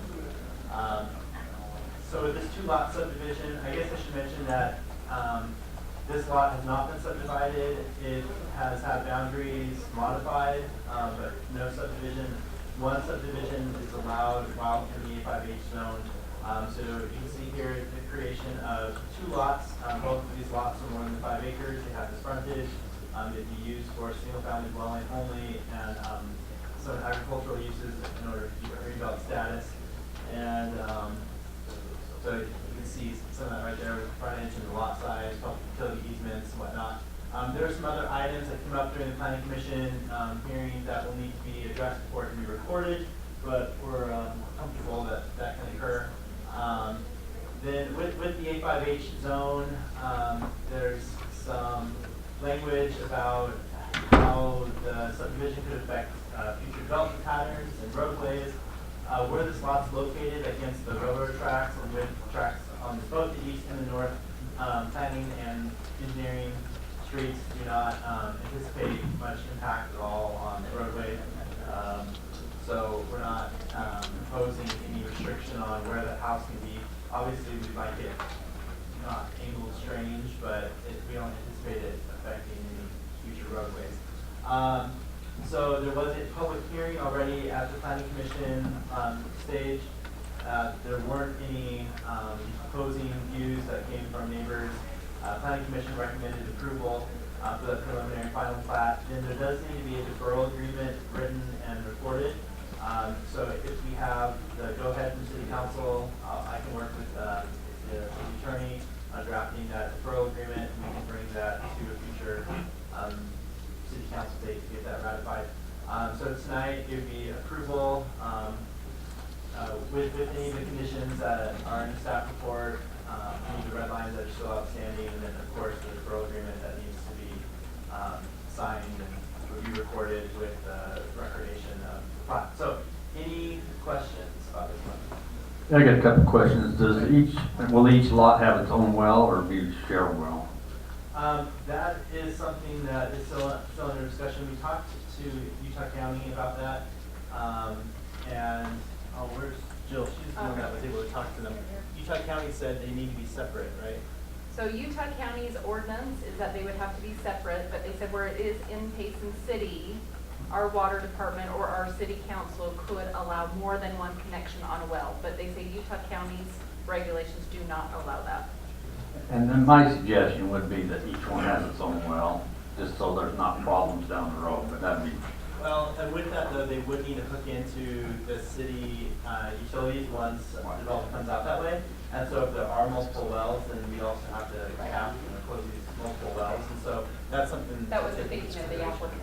Yeah. Yeah. And I kind of think our own staff, I don't want to speak for the other departments, but I kind of think that was their concern as well, is we don't want to duplicate a lot of those resources out there only to have development come out there in a handful of years. So you're suggesting they could have a shared well? Yeah. Okay. The other question I had, now I forgot what it was, I want to come back to it. Oh, yes. It seems like to me that in our ordinances that the planning commission can authorize subdivisions up to 3 or 4 lots. Isn't that correct? That's correct. So the reason this comes to city council is because the deferral agreement cannot be agreed to by planning commission. It needs to be agreed to by city council. So city council will need to agree to enter in, like agree to defer, and then they're also the ones that ratify that agreement. So planning commission does not have that authority. Any further discussion? Okay, I guess I'm ready for a motion. I'll make a motion that we approve the preliminary and final plat approval for the M&G Hyatt subdivision located on the east side of 2450 West near Rosewood Circle with findings. I'll second that. Okay, motion's been made and it's been seconded. All in favor? Aye. Motion carries. Okay, we're going to number 3, preliminary plan and final plat approval for Red Ridge Meadow subdivision and access issues located at or near 790 South and 2450 West. Okay. Here again. Oh, yeah. And this one is pretty similar. If anyone in the audience can't hear me, like raise your hand or something, or I guess you didn't hear me to know that.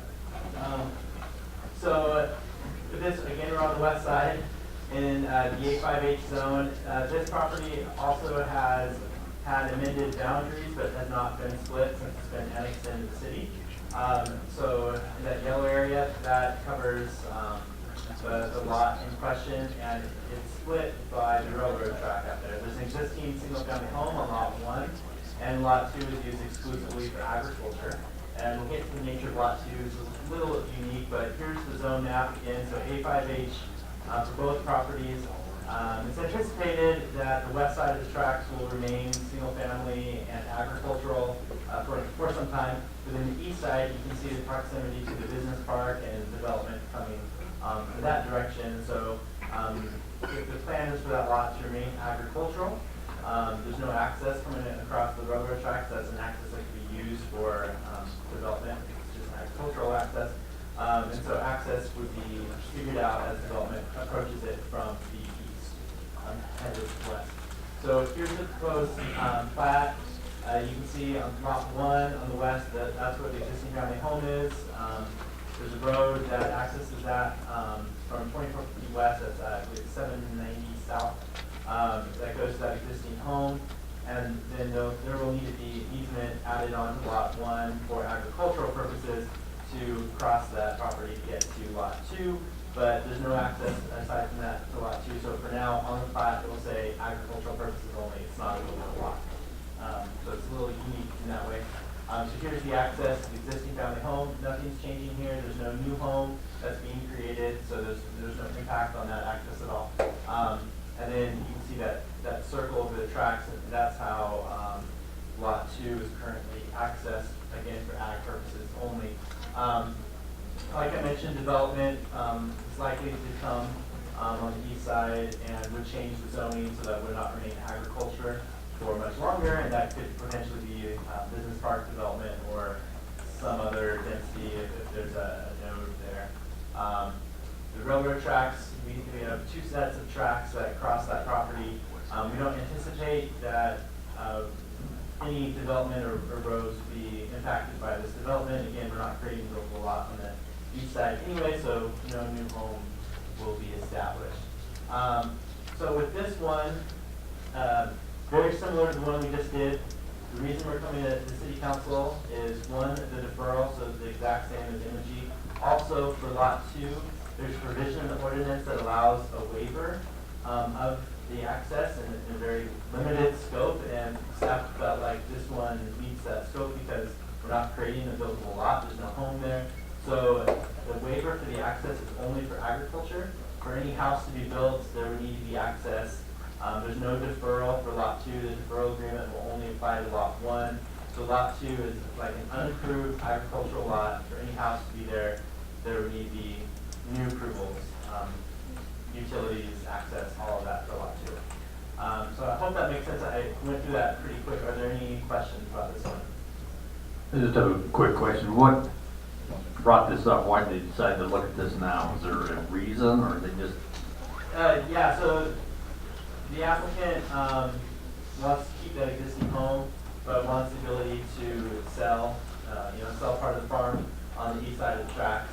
And in order to do that, it needs to be split. Any further discussion? Not seeing any, I'm ready for a motion. I'll make a motion that we approve the preliminary plat and final plat approval for the Red Bridge Meadow subdivision and access issues located at near 79 South and 2450 West with findings, and with the lot 2 access waived and the deferral agreement. I'll second that. Motion is made and it's seconded. I guess we're not, there we go. Sorry. Been seconded, all in favor? Aye. Okay, motion passes. We'll go on to number 4, request to amend the development agreement for Spring Creek Town. Is this Jill? working better now? Or is it still the same? Is it working better? No, it sounds better. It sounds better like it was. There we go, that's louder. Yep.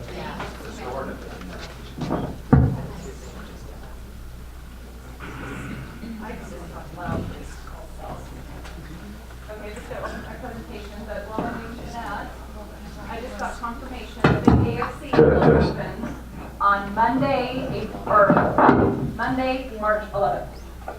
So next Monday. Can I ask a question?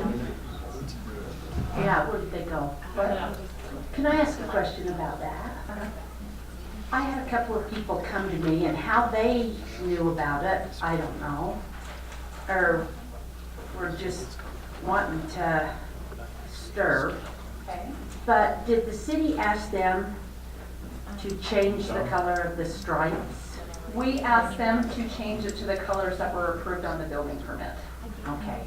So I guess in a way we Okay. did, but it wasn't consistent with what the approval was for the building permit. And there, and I was kind of part of that process, and at least was aware of it, and there was no resistance at all. They just said, well, sorry, the contractor must have had an old set of plans, and almost before we got out of our mouth, it was changed. Okay.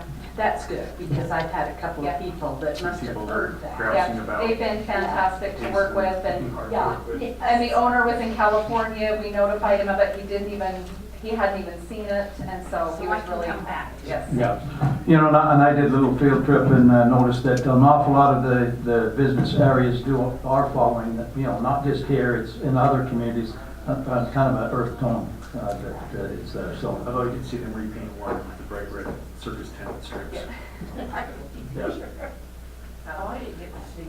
Yeah, no, it's pretty. I The have neighboring pictures. community that has one, that repainted theirs, I can't remember what it was. Red and tan. No, but they put them like big, wide, red stripes, and they're restriping all their buildings, it looks like most of them. So they're changing their brand a little bit. So, okay, so the next request is to amend the development agreement for the Spring Creek Townhomes project. And I have a short presentation, and then we do have a couple of representatives from Keystone Construction that are here that may want to add to my presentation or clarify or just have some open dialogue with the mayor and the city council on this request. So the area that we're looking at, just to orient those in the audience, the Spring Creek Townhomes project is, so this is the 8 South interchange, and then you have 1700 West that runs north into the business park and then south towards Santaquin. But there's 5¼ acres here that has been approved for a 53-unit townhome project. So Keystone Construction purchased that property from Nixon. Evan, yes, sorry about that. Anyway, and so they have put all the improvements in, and they're well under construction on some of the buildings in that development. And so as they have been progressing with those improvements and looking at the timing of installation of improvements and with the amenities, they've run across a couple of things that they would like the city council to consider for an amendment. So the applicant's request is here. So this is the layout that was approved by Evan Nixon. And so the applicant has not changed the number of units, the layout of the units, where the common area will be. It's just what is included in the common area. So the first request is the timing of installation of landscaping, fencing, and amenities, and the second is to modify the project amenities. So the first one, so the timing of the improvements of landscaping, fencing, and amenities. The way that the development is worded, so as you can see here, phase A is in the red, and then you have phase B here, and then phase C here. Well, all of the common area is included in phase B, and the way the ordinance or the development agreement is worded is that all of the improvements, including fencing, landscaping, everything has to be done before any building permits in phase 3. Part of the challenge with that is the applicant needs to get in and dig footings and have foundation. There's going to be a lot of earth movement there, and as far as transferring dirt on this site, and so that's going to create some challenges if we require all those improvements to be done, because some of those improvements could be damaged. And so they're asking for some modification in the development agreement to allow the building permits for these units to be issued and for construction to commence to a certain point in time before the rest of those amenities have to be put in. And I'll let them explain that a little bit further. But there does need to be some work on those 2 buildings before the investment in the common area. So, and then modify the project amenities. So on the left is the amenities that were approved with Evan Nixon. So there was a clubhouse, a splash pad, sports court, only a half court, playground and equipment, and then picnic areas with tables and barbecue facilities. The applicant is proposing, the only change that they're proposing are these 2 right here. So they still have the clubhouse, still have the picnic areas, still have the playground. But instead of the splash pad, they would like to do a large gas fire pit with a seating area, and then increase the size of the sport court. So a full court for basketball with hoops on both ends, and then also it will be painted to accommodate a pickleball court. So these are the changes that they're requesting from you at this time, in addition to the timing of those improvements. They're shown here. This was included in your packet, but this is a similar gas fire pit that they would include in this area. And then, of course, they would increase the size of the sports court here, still have the pavilion, still have the clubhouse and the playground, but they would just be modifying some amenities. So that is the extent of my presentation. As I mentioned, we do have two gentlemen here with Keystone Construction that may want to add to that.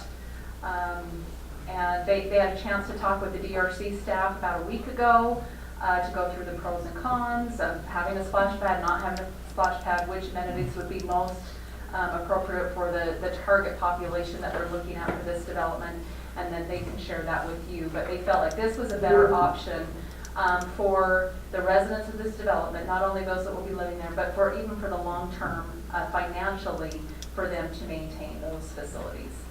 So Mayor, unless the council has immediate questions for me, we could turn the time over to, I'm not sure if it's Jake or, so Jake I Horan. actually really like the fire pit. That's something that you use year round with the splash pad you can't.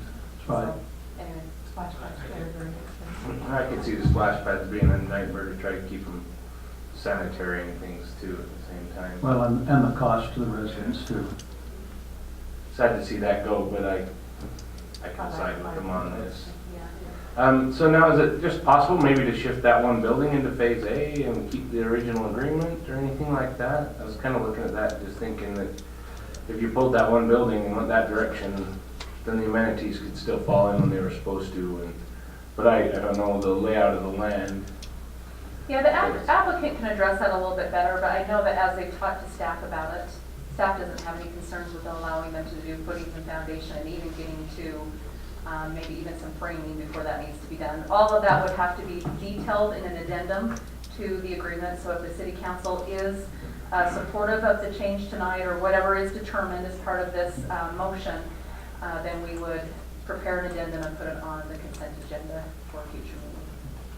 Can I just add one thing? Yes.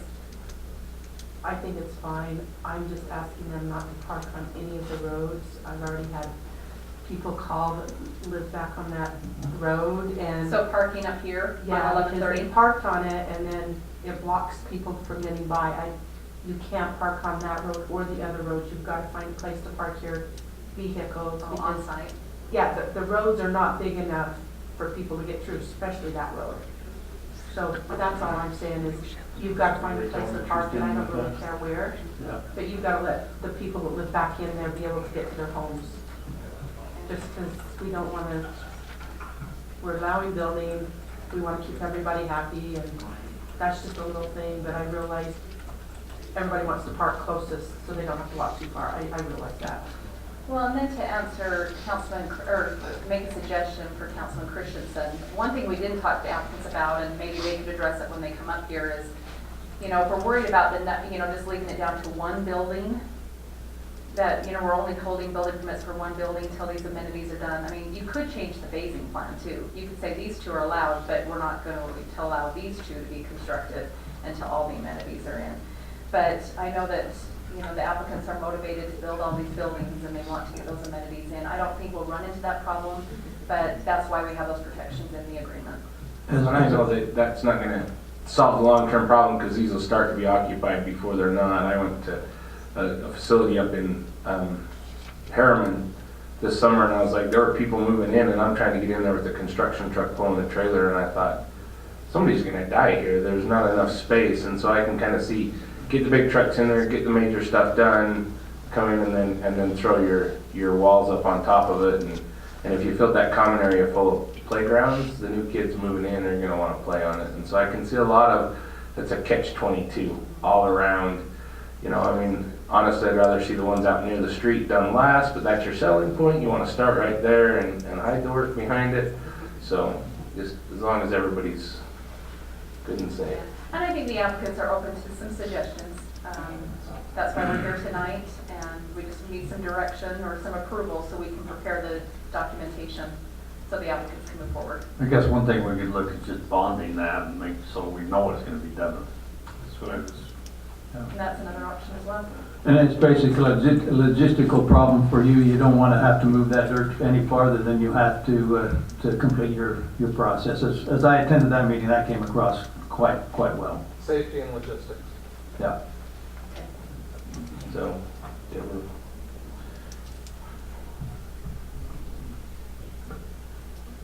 My name is Jake Horan, and I'm with Keystone.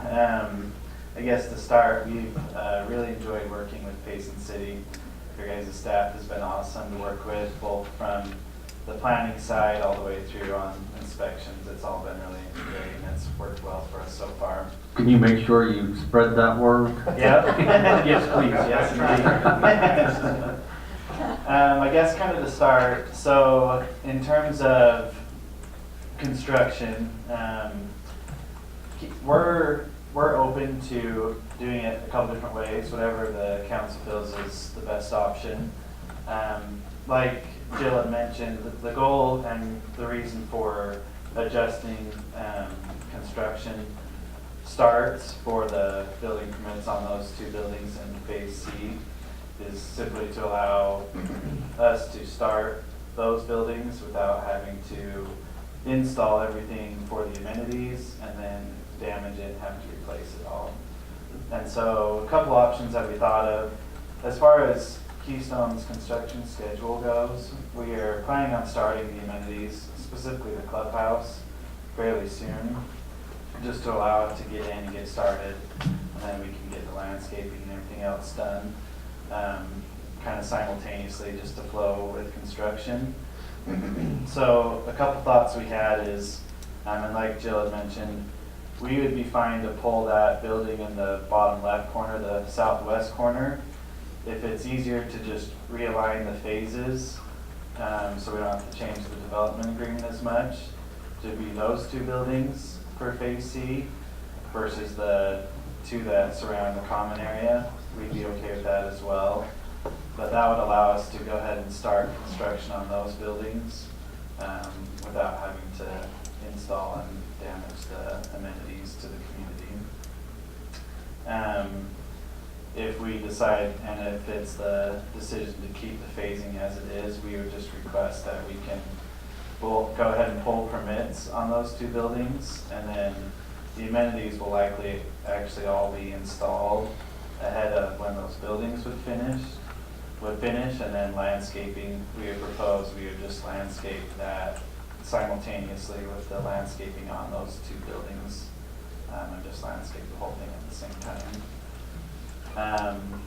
Any kind of questions or thoughts on phasing or construction timing on that, or questions? Do you have a preference of the two options? Really, I think for Grant on if there's any certain order he would prefer. One thing, when Evan came to the table, he was planning on constructing this in 3 different phases. We came in and we just did it all at once. So part of this is irrelevant in the sense that we've already put in the amenities and we've already bonded for all 3 phases. And so we're coming in here moving a little bit faster than probably what Evan was planning. And what I would suggest is for Phase 3, just have it be the last building that's at the on the south end, and that can be collateral, if you will, or just we would hold that until the amenity's done, allowing us to construct the 2 that are in the island. So if you were to say what would we prefer, I think that would be a reasonable middle ground. You have at least one building to secure. Until amenities are done, you can't pull a permit on the last one. We anticipate on having the amenities done this fall. At which time that last building on the south end would be when we'd be pulling the permit. Jill, are you still hiding back there? Okay, I know in some that we've actually just withheld occupancy permits. Is this a situation where that would be more ideal, is to hold their occupancy permits until the amenities are done on 1 or 2 of those buildings? Staff would prefer building permits. Okay. If it was even just one building, I mean, that is an option, yes. I think that Our just- preference would be building permits. I know that some of these, I mean, with my construction background, you get a crew in there and they move right around them, and when they're done, they walk away and they're all finished. And so it's kind of tough to set one back 3 months because of that. But I food for thought. keeping the spirit of the law, or spirit of what was already put in the agreement, is we're okay with having a building being on hold until the amenities in there. It just, from a logistics standpoint, it just didn't make sense, considering that we went in and did all phases, phase A, B, and C. We're looking for some kind of accommodation from city council for allowing what we've already done, and what we've already bonded for, and what we're already going to pick up. I just have, this has nothing to do with this, but it has to do with your projects. How are sales going? They're going well. They'll go a lot better once our model's done. We anticipate having the model done at the first part of April. What price point are you at? We're at 250 to 280. That should be a pretty good price point then. Will you invite us to come and look? Absolutely. We're going to have a grand opening. We'll make sure that you're there when the food truck's there. Yes. I like it. So you sure you don't want to put in like a hand truck to move like RVs in and out? I'm kidding. For those who weren't here. It was a previous discussion for anybody who wasn't here. Any further discussion? Okay, I guess I'm ready for a motion. I can make a motion that we request to amend the development agreement for the Spring Creek Townhomes with changing the, taking out the splash pad and replacing that with a full sport court with the pickleball and nets and basketball hoops. And the last thing is that The large gas fire pit? and last, yes, and large gas fire pit seating. In fact, I see a lot of developments are using those gas fire pits now. It's kind of in thing. So, and the last thing is that we in phase, is it ABC or 1, 2, 3? ABC? See, that we just on the south building that we let them wait and do the common area, but just don't allow permits to be drawn, building permits on that last bottom south building. Is there a second? I'll second it. Motion's been made and it's been seconded. All in favor? Aye. Motion carries. Thank you. Thank you. Thank you. Spread the word.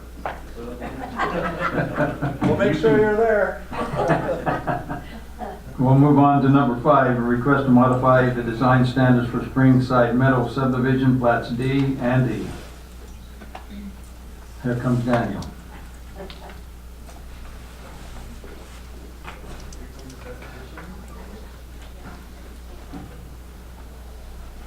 Okay, well, do I have a microphone now? No. Okay. So with this one, Springside Meadows, we'll see off of it. It should look familiar because we amended some standards for this a while ago. Since yesterday, when I put the agenda request in the packet, or Monday, or whatever it was, and the request got in, I have been able to speak more with the developer, and I was able to talk to D.R. Horton some more tonight, and so there are some additions to I guess to add to the presentation. So Springside Meadows here on the south side of town. We're looking specifically at plat D and E, but the developer would also like feedback for future phases. I don't know that D.R. Horton's purchased all the future phases, but there's potential for D.R. Horton to do some of the future phases. So let's just jump in here. So plat D, there's plat D. So with phases, you can see phase D, which is plat D and plat E. So those are the two under question, but then there's plat F immediately below, south of plat E. Some others like NK and whatnot. Originally, this was owned by, would have been developed by Salisbury, who sold it to D.R. Horton. So the original design standards were for Salisbury. So here is what was originally approved, and in the development agreement, language that went along with these images that talked about wall articulation and roof pitches and materials and all that fun stuff that planners like to put in packets. And when you go out there, the homes that were built by Salisbury, you see the stucco and then some of this brick and stone. So just some some general features from the neighborhood, just to get a feel. Then D.R. Horton purchased the remaining lots and wanted to build D.R. Horton project rather than Salisbury. And so we went on our field trip back in the fall.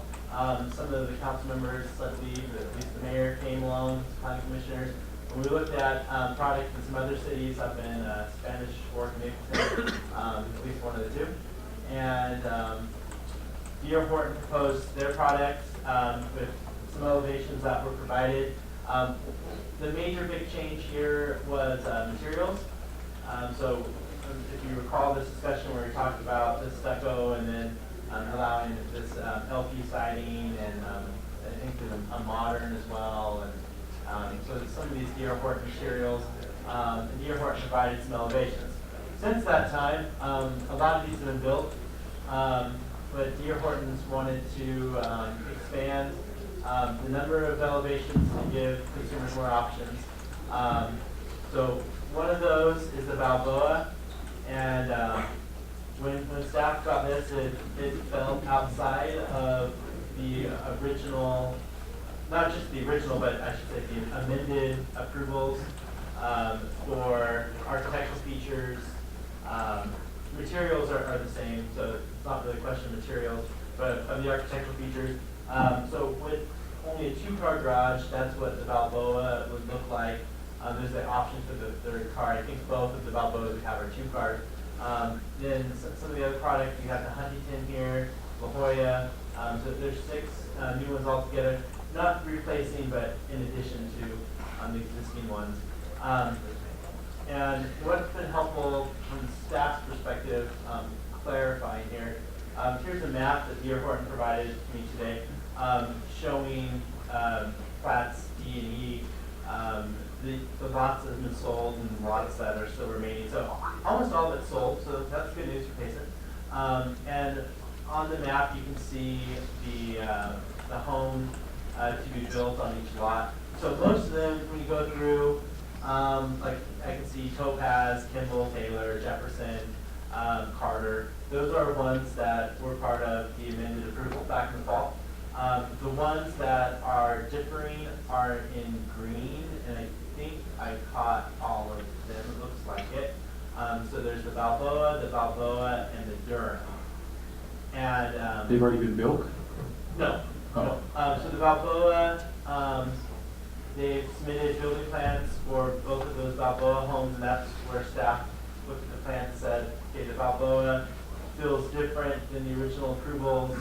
We talked to D.R. Horton, they said that's what they'd like to do. We said that seems different, so seeing that council amended the approvals to allow that D.R. Horton product, and this felt different. We wanted to come back to council to get council to weigh in on this and potentially amend it. Do I have more? So I think this is the key slide. Talking to the representative who's here with D.R. Horton, so you can talk to him. He's stating that the number of units, percentage-wise, that would be these smaller, more simple homes is quite small. So you can see here within this phase, we only have 3 that are the smaller units. 69 is also green. Is that because they're one of the smaller ones, or just because it's not sold? It'd also be a smaller one. So 4 within both phase, D and E combined, that would be these smaller units. And what I'm being told is that with future phases, there would also be a small number. And I think the concession or happy medium point, they are willing to agree to limit. So I don't know, but before we get into that too much, what is the feedback from council as we look at some of these new proposals?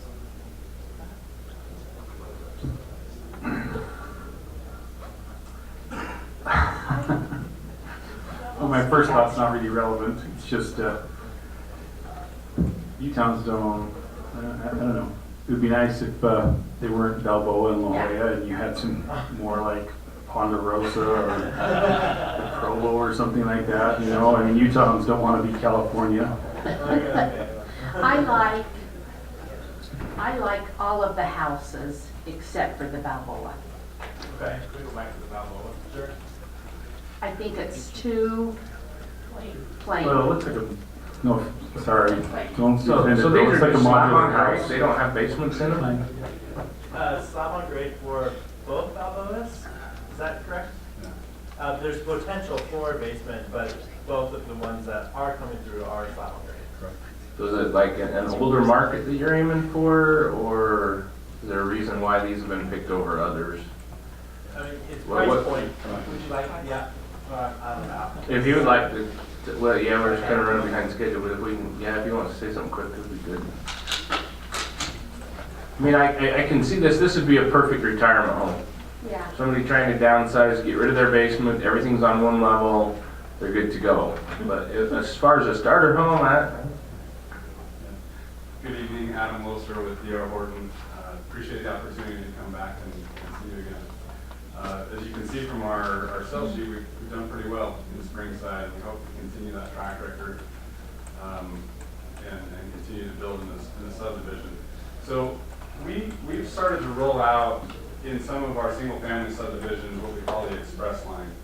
And it's meant to be more of an affordable, target, price-sensitive product that's a little bit smaller, doesn't need all the room or the basement. And so we sprinkled these in a couple of our subdivisions to offer some diversity and both to hit a different price point for a different buyer.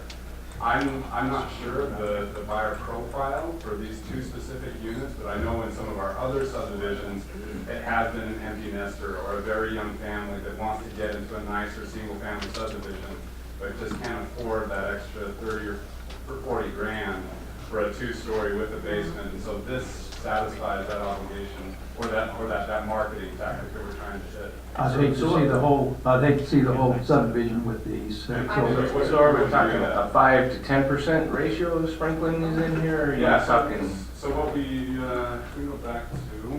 It was only like. So we've identified 3 out of the 55 lots between these two phases that we just want to say, here's a little sample. Maybe we can pull in a couple of extra buyers to hit that price point. So we're fine if council would like to limit that to 10% per phase, something of that nature. But the Durham actually, lot 90 there that's highlighted in a green outline, that's actually a bigger floor plan with a basement. It just is a different elevation that we didn't show you. We are actively building it in another subdivision in Mapleton that we toured with you. But it's quite a bit different. It's not considered an express home. It's our full D.R. Horton line. So really, it's just the 3 homes that we identified. And the one lot 69 that has not been sold, that's just identified as a potential lot. It may still be a D.R. Horton home with a Carter or a Jefferson 2-story. It's just we don't have a buyer for it yet. So a couple thoughts I had.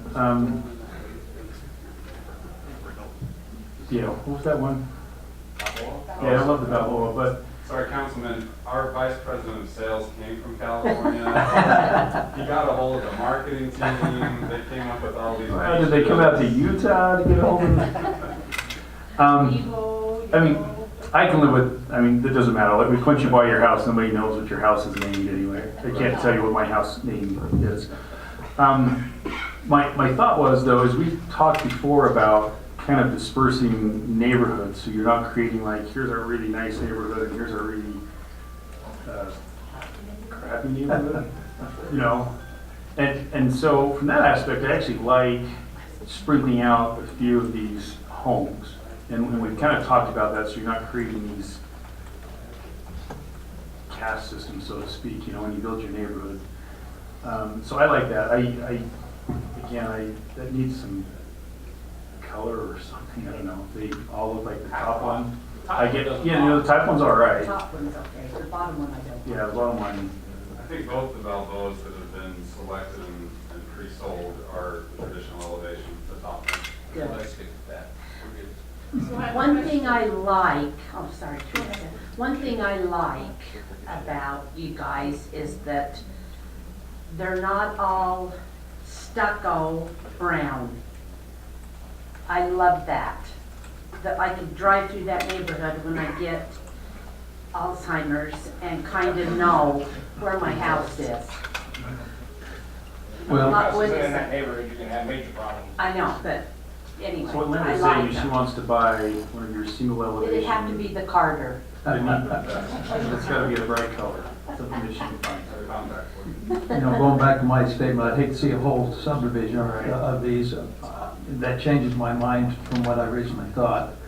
And as long as it's, Councilman Weldon says it's sprinkled in there, then that's looks good. What would be the possibilities of saying no more than 10 to 15% of any one particular home in any subdivision? Is that, does that get a little bit, that would just give you balance, you can kind of see, but I mean, I'm just, Yeah, you'll see if you go back to our. it was about 30% one versus the other, wasn't it? It Yeah, seems like you we're can see in pretty the white good. writing, we've got lots of Carters and Taylors and those are some pretty popular floor plans. They've lived really well and families like them. So I hate to say we can only build so many here, especially when we've got differing elevations that you can't really Well, tell. yeah, they're not gonna look the You know, same. across the street or down the street. It's kind of a marketing thing. But if you'd like us to limit Nope. these smaller Yeah. ramblers without a basement to 15%, no more than 15% per phase, we'd be happy to do that. How many houses would that, of course, that would depend on how big the phase is, but how many houses would that be, 3 or 4? This- I think this is 10%, and so we're 3 out of 55, you know, less than that. So you couldn't fit 8%. 2 more after you. So those people already purchased, I mean, those two right there, 76 did or you 78. sell those as the smaller ones? We did, yeah. We didn't anticipate that we'd have this issue coming back to council. Happy to be here and talk through it, but we didn't anticipate it. So we are under contract to sell those homes, but if we need to cancel them, if council won't approve it. My only thing is going ahead, how many people are gonna, how many other developers are gonna come ahead and say, okay, well, you did this, you did this. It's kind of like we're setting a precedent. So if we're willing to do it, we have to be willing to say, okay, yeah, we agreed upon this on this, so we're gonna have to let everybody do it. That's the only thing I'm gonna say. Daniel and Jill have been great to help us understand the specific design guidelines that were adopted in the development agreement specific to Springside, so there's probably some controls there, and that's what we're asking to Okay. do that way. As long as there's some controls, I think that's a win-win. Yeah. Okay, any other comments? Go with the top one. That's the tradition, thank you. Okay, so we're on number 5. Any other comments? I think there, and correct me if I'm wrong, but there are 47 homes up there, right? And 3 of them are currently 55 up here? 50, I think it's 55 between the 2 phases. Oh, between the 2 phases and 3. Okay, so like on the current phases, we're looking at 6 or 7% to give you some wiggle room. That's where we maybe need to come up with the number. But okay. Okay, go ahead. Go ahead.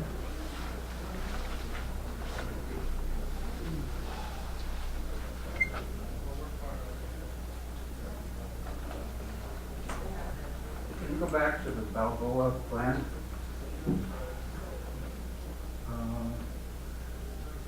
There's nothing wrong with the floor plans. There's nothing wrong with the size of the No, house. the floor plans are good. The problem is they have grim elevations that's easily solvable for $200. Instead of a 3.0 slider, which is the kind of window you have on the back of an apartment, you could spend an extra $200 on windows and make those attractive. So now all the homes will look like that. It's easy, and it's cheap. Every home in there, go back to the elevation.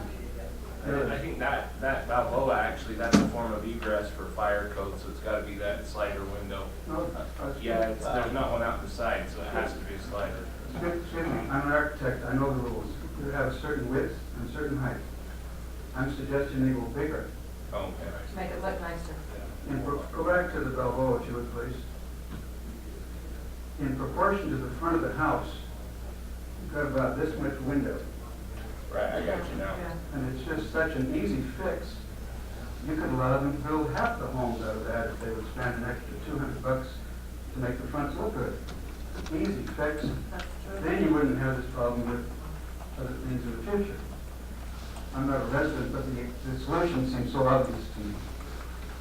Those windows are the window you'd expect on the back of a cheap apartment building, and it's their only front window. So put in a transom, drop it down a little lower. $200, they'd have it solved in 2 months. I think we're pretty good with what we're talking about. So, any further council discussion? I actually like that suggestion quite a bit. I do too. That's like what I have on the side of my garage. I have 2 of them. So would there be a problem making those windows bigger? I'm not an architect, and we have, nationwide purchasing contracts, and we have our own in-house, so it's really in the eye of the beholder. Okay. These are the elevations that they put forward, and I just try and sell them. I think that's something we gotta take action on at this point in time, so, What do we need to do? I think if we have a motion to accept it, then I'll make a motion that we read it. Were there any other conditions that you articulated? Yeah, could I ask a question about that? So we have a specific motion right now, which is lots, or not lots, but plats D and E. Speaking to the applicant, the same issue will arise with future plats. Before we amend for future plats, my understanding is we could do a development agreement with future plats, we could get into specifics. If we're thinking some small homes like this are fine, the floor plan's fine. In the meantime, before we get to future plats, would you advise Deer Hornman to look at some of those things with the windows or some other treatments, maybe that don't affect cost points too much? Is that? Oh, I would. Yeah. Yeah, I would ask at least on that floor plan, that you put in a larger window and keep it to 10% or so of the. How does this motion need to go? So I got a motion. So just to modify the design standards for Spring Meadow subdivision plats D and E with no more than 10% of the new plans that they brought to the planning and to the 10% of the total. Yeah, 10% of the total with for future plats, that'd be the same thing, 10%, but look at the window design of these Balboas. I'll second that. Yeah, maybe to clarify, do we want, I don't know, do we want to have a ruling right now on future plats? That would still need to go through planning commission. Right, I didn't say it about future plats. So it's just a Recommendation. just for this plat. Follow the 10%. Oh, I thought you said future plats. And the, You did say future plats. well, I said recommendation to look at this? No, I think the recommendation was for the windows, Oh, I but you made a motion for the future plats. So you just want to clarify that motion? Clarify that the recommendation is to follow the same plans for the, So a That's a recommendation to recommendation. explore options Right. for future Right. plats, but we're not, yeah, it still needs to go to planning commission. and- Right. Yeah, okay. We okay with that? Got a second? I'm okay with the seconding that as well. Okay, all in favor? Aye. Motion. I just think it needs a bigger window. I mean, that's what this man is here for, coming in and, well, there's only gonna be 3 houses right now. yeah, I know, but it will come. But That's that's why coming we're- up later, that's that's not, what we we didn't talked pass about. anything for that. Okay, I'm okay then. Okay, then the motion carries. There's either way. Okay, thank you. Kent, number 6, are you still here, Kent? Okay. Resolution approve of lease agreement for shredder and track hole for the landfill. Yes, Mayor and Council, we have a resolution for you to finalize the purchase of the offset grinder and then caterpillar excavator backhoe at the landfill for our waste settlement project. And just a reminder, the council did pass this in a budget resolution along with a lot of other things. Caterpillar in their lease requires a, not specific, but a resolution that addresses their equipment. And the general budget resolution just doesn't fit the bill. So we brought back with just a resolution regarding the use of the equipment, and we'll attach the lease, and that will satisfy Caterpillar. But it's the same equipment Okay, any discussion? Okay, ready for a motion? I make a motion that we approve the lease agreement for the shredder and track hole for landfill. I'll second it. Okay, all in favor? Aye. Motion carries. Thanks, Ken. You spent all that time here, Kent, just for that? You are. Okay. Yeah, the RDA agency, there's a motion, you made that motion? Yep. Who made the motion? Doug? Second. Okay, it's been made a motion and seconded to go into redevelopment. All in favor? Aye. Okay, we're in redevelopment. Teresa, you need to vote for RDA. Okay. Okay, Dave? Okay, Mayor, Council, or Commissioners, we do have a real estate purchase contract offer to purchase the 10.25 acres down just off of 8th South by Bridgestone Condos. Pretty active corner. There are some contingencies. I think you've seen the offer we've talked about. Under our ordinance, if you're proposing to sell property that's over an acre in size, you have to have a public hearing, so that's what we're scheduling today. We'll open up for a public hearing. After the public hearing, we have the ability to approve us entering into this real estate purchase contract and moving forward, hopefully to get the development we want down in that area. So, Okay, I'll entertain a motion for open a public hearing. So moved. Second. Okay, all in favor? Aye. Okay. We have a public hearing. Anyone that would like to step up to the mic and identify themselves and try to limit their remarks to 3 minutes. And everybody left at one time.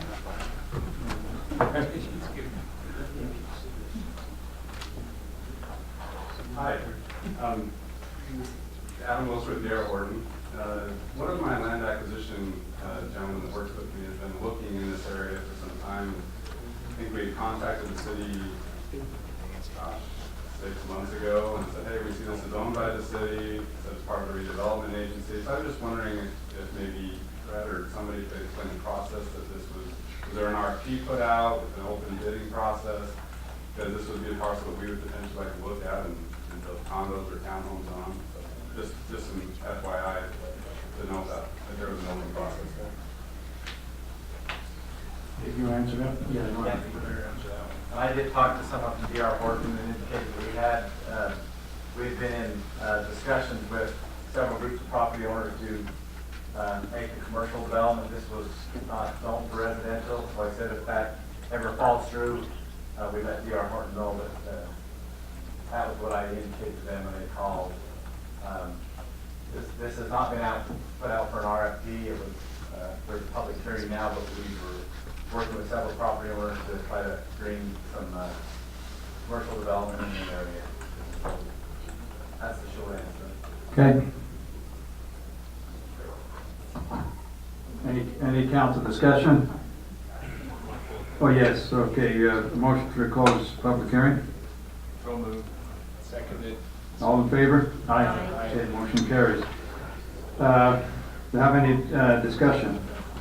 I have viewed the items on here. I should have read this earlier, quite a while ago with the fine print, but apologize for that. So the way I understand this, the earnest money won't be paid until 14 days after the removal of contingencies, which could be basically a year from now before the contingencies are cleared, so they won't be putting any earnest money down. Is that, am I reading that correctly? Aren't these the contingencies here? And it seems like the earnest money ought to be up front.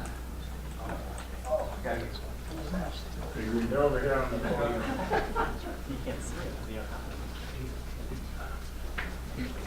Yeah, I'll take a look at it here. That item 1.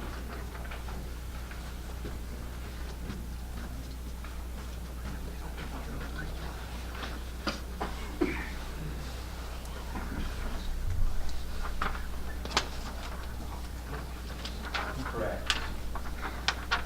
So I would like the contingencies. I mean, I'd like the earnest money paid up front. Because basically if things aren't met, they can't close, they're gonna get that back anyway. So, the other thing is, I think we talked about just doing this for 1 year. It looks like to me, if you look at item 2, they have 12 months to work with MTech to get a contract in place. And then if you go to item 4, they have 60 days after that to settle. So that would give them a year and 2 months, and then they could extend it by another 90 days. So basically they're up to the year and a half. So I just don't know what we want to do with that. So the purpose of this hearing is to declare this surplus property. You don't have to act on this if you want to do a counteroffer, if you want to open it up for an RFP for others to put in. But the hearing is to declare this surplus property. And then, yeah, if you want to table this real estate purchase, if you want to do a counteroffer, if you want to open it up to others that may want to bid on the property, it's up to the council. What are the rules for selling property and putting it out for an RFP? Well, Like, is under it required, our or rules, is it- under our rules, we have to have a public hearing if it's over an acre to declare a surplus. Right. So we need to declare a surplus today. After, Right. yeah. So we didn't, Which I get I now, thought we already did that. RFP part. We We did did not. for several in the business park of this one. That's why we have to have a We did public that. hearing for this one. Once you declare a surplus, you can entertain offers, you can put it out. I don't think you're required to put it out for an RFP. It's how the council chooses to do that. I'm sorry, I missed the public hearing portion, but I would like to say something. Is that okay? Come on, We're still in the public. Are we- We're close, She's part of it. Sorry.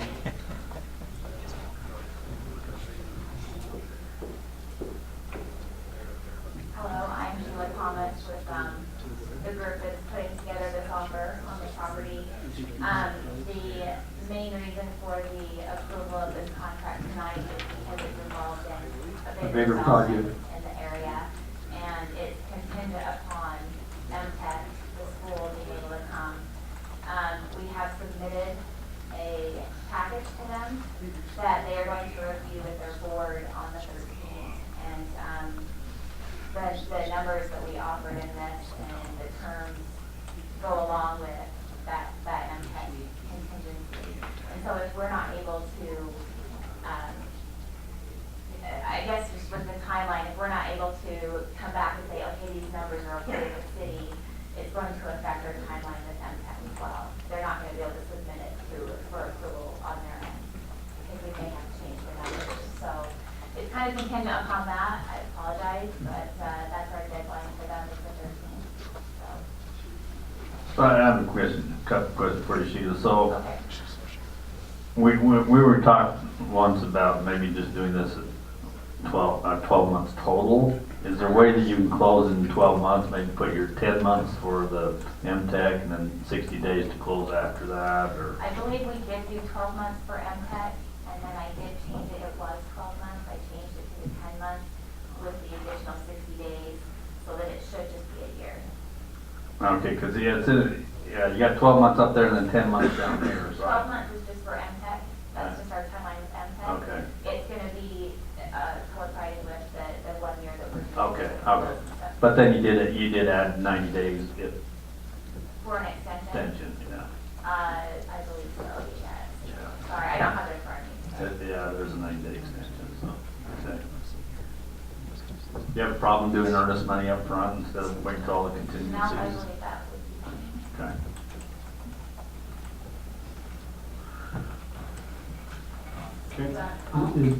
is there a motion that we can make on this? Okay, so we just need a motion for surplus, or are we making a motion on the contract? You would need to make one to start a surplus. And that's a separate motion? Yeah, I'd make that separately. I'll make a motion that we declare this property with ID number 30600030 as surplus property. I will second it. Okay, all in favor? Aye. Okay, then do we need a second motion? Yeah, I'd like to make a second motion that we send a amendment for this contract that's been sent to us. The only amendment I'd make is that earnest money is upon signing of the contract.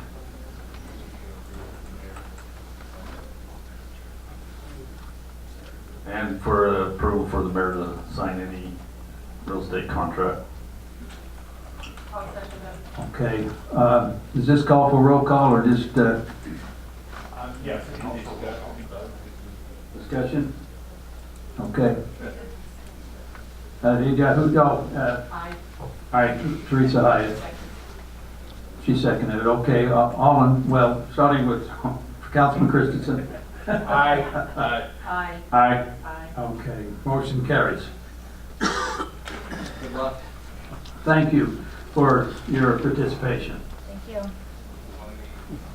Let us know what happens. I certainly will. Thank you. Okay. Now, then we need a motion to adjourn from RD. Okay. Motion to go out of RDA. Oh, I second it. Okay, all in favor? aye. Okay, Fred gets the next one. so we're on G.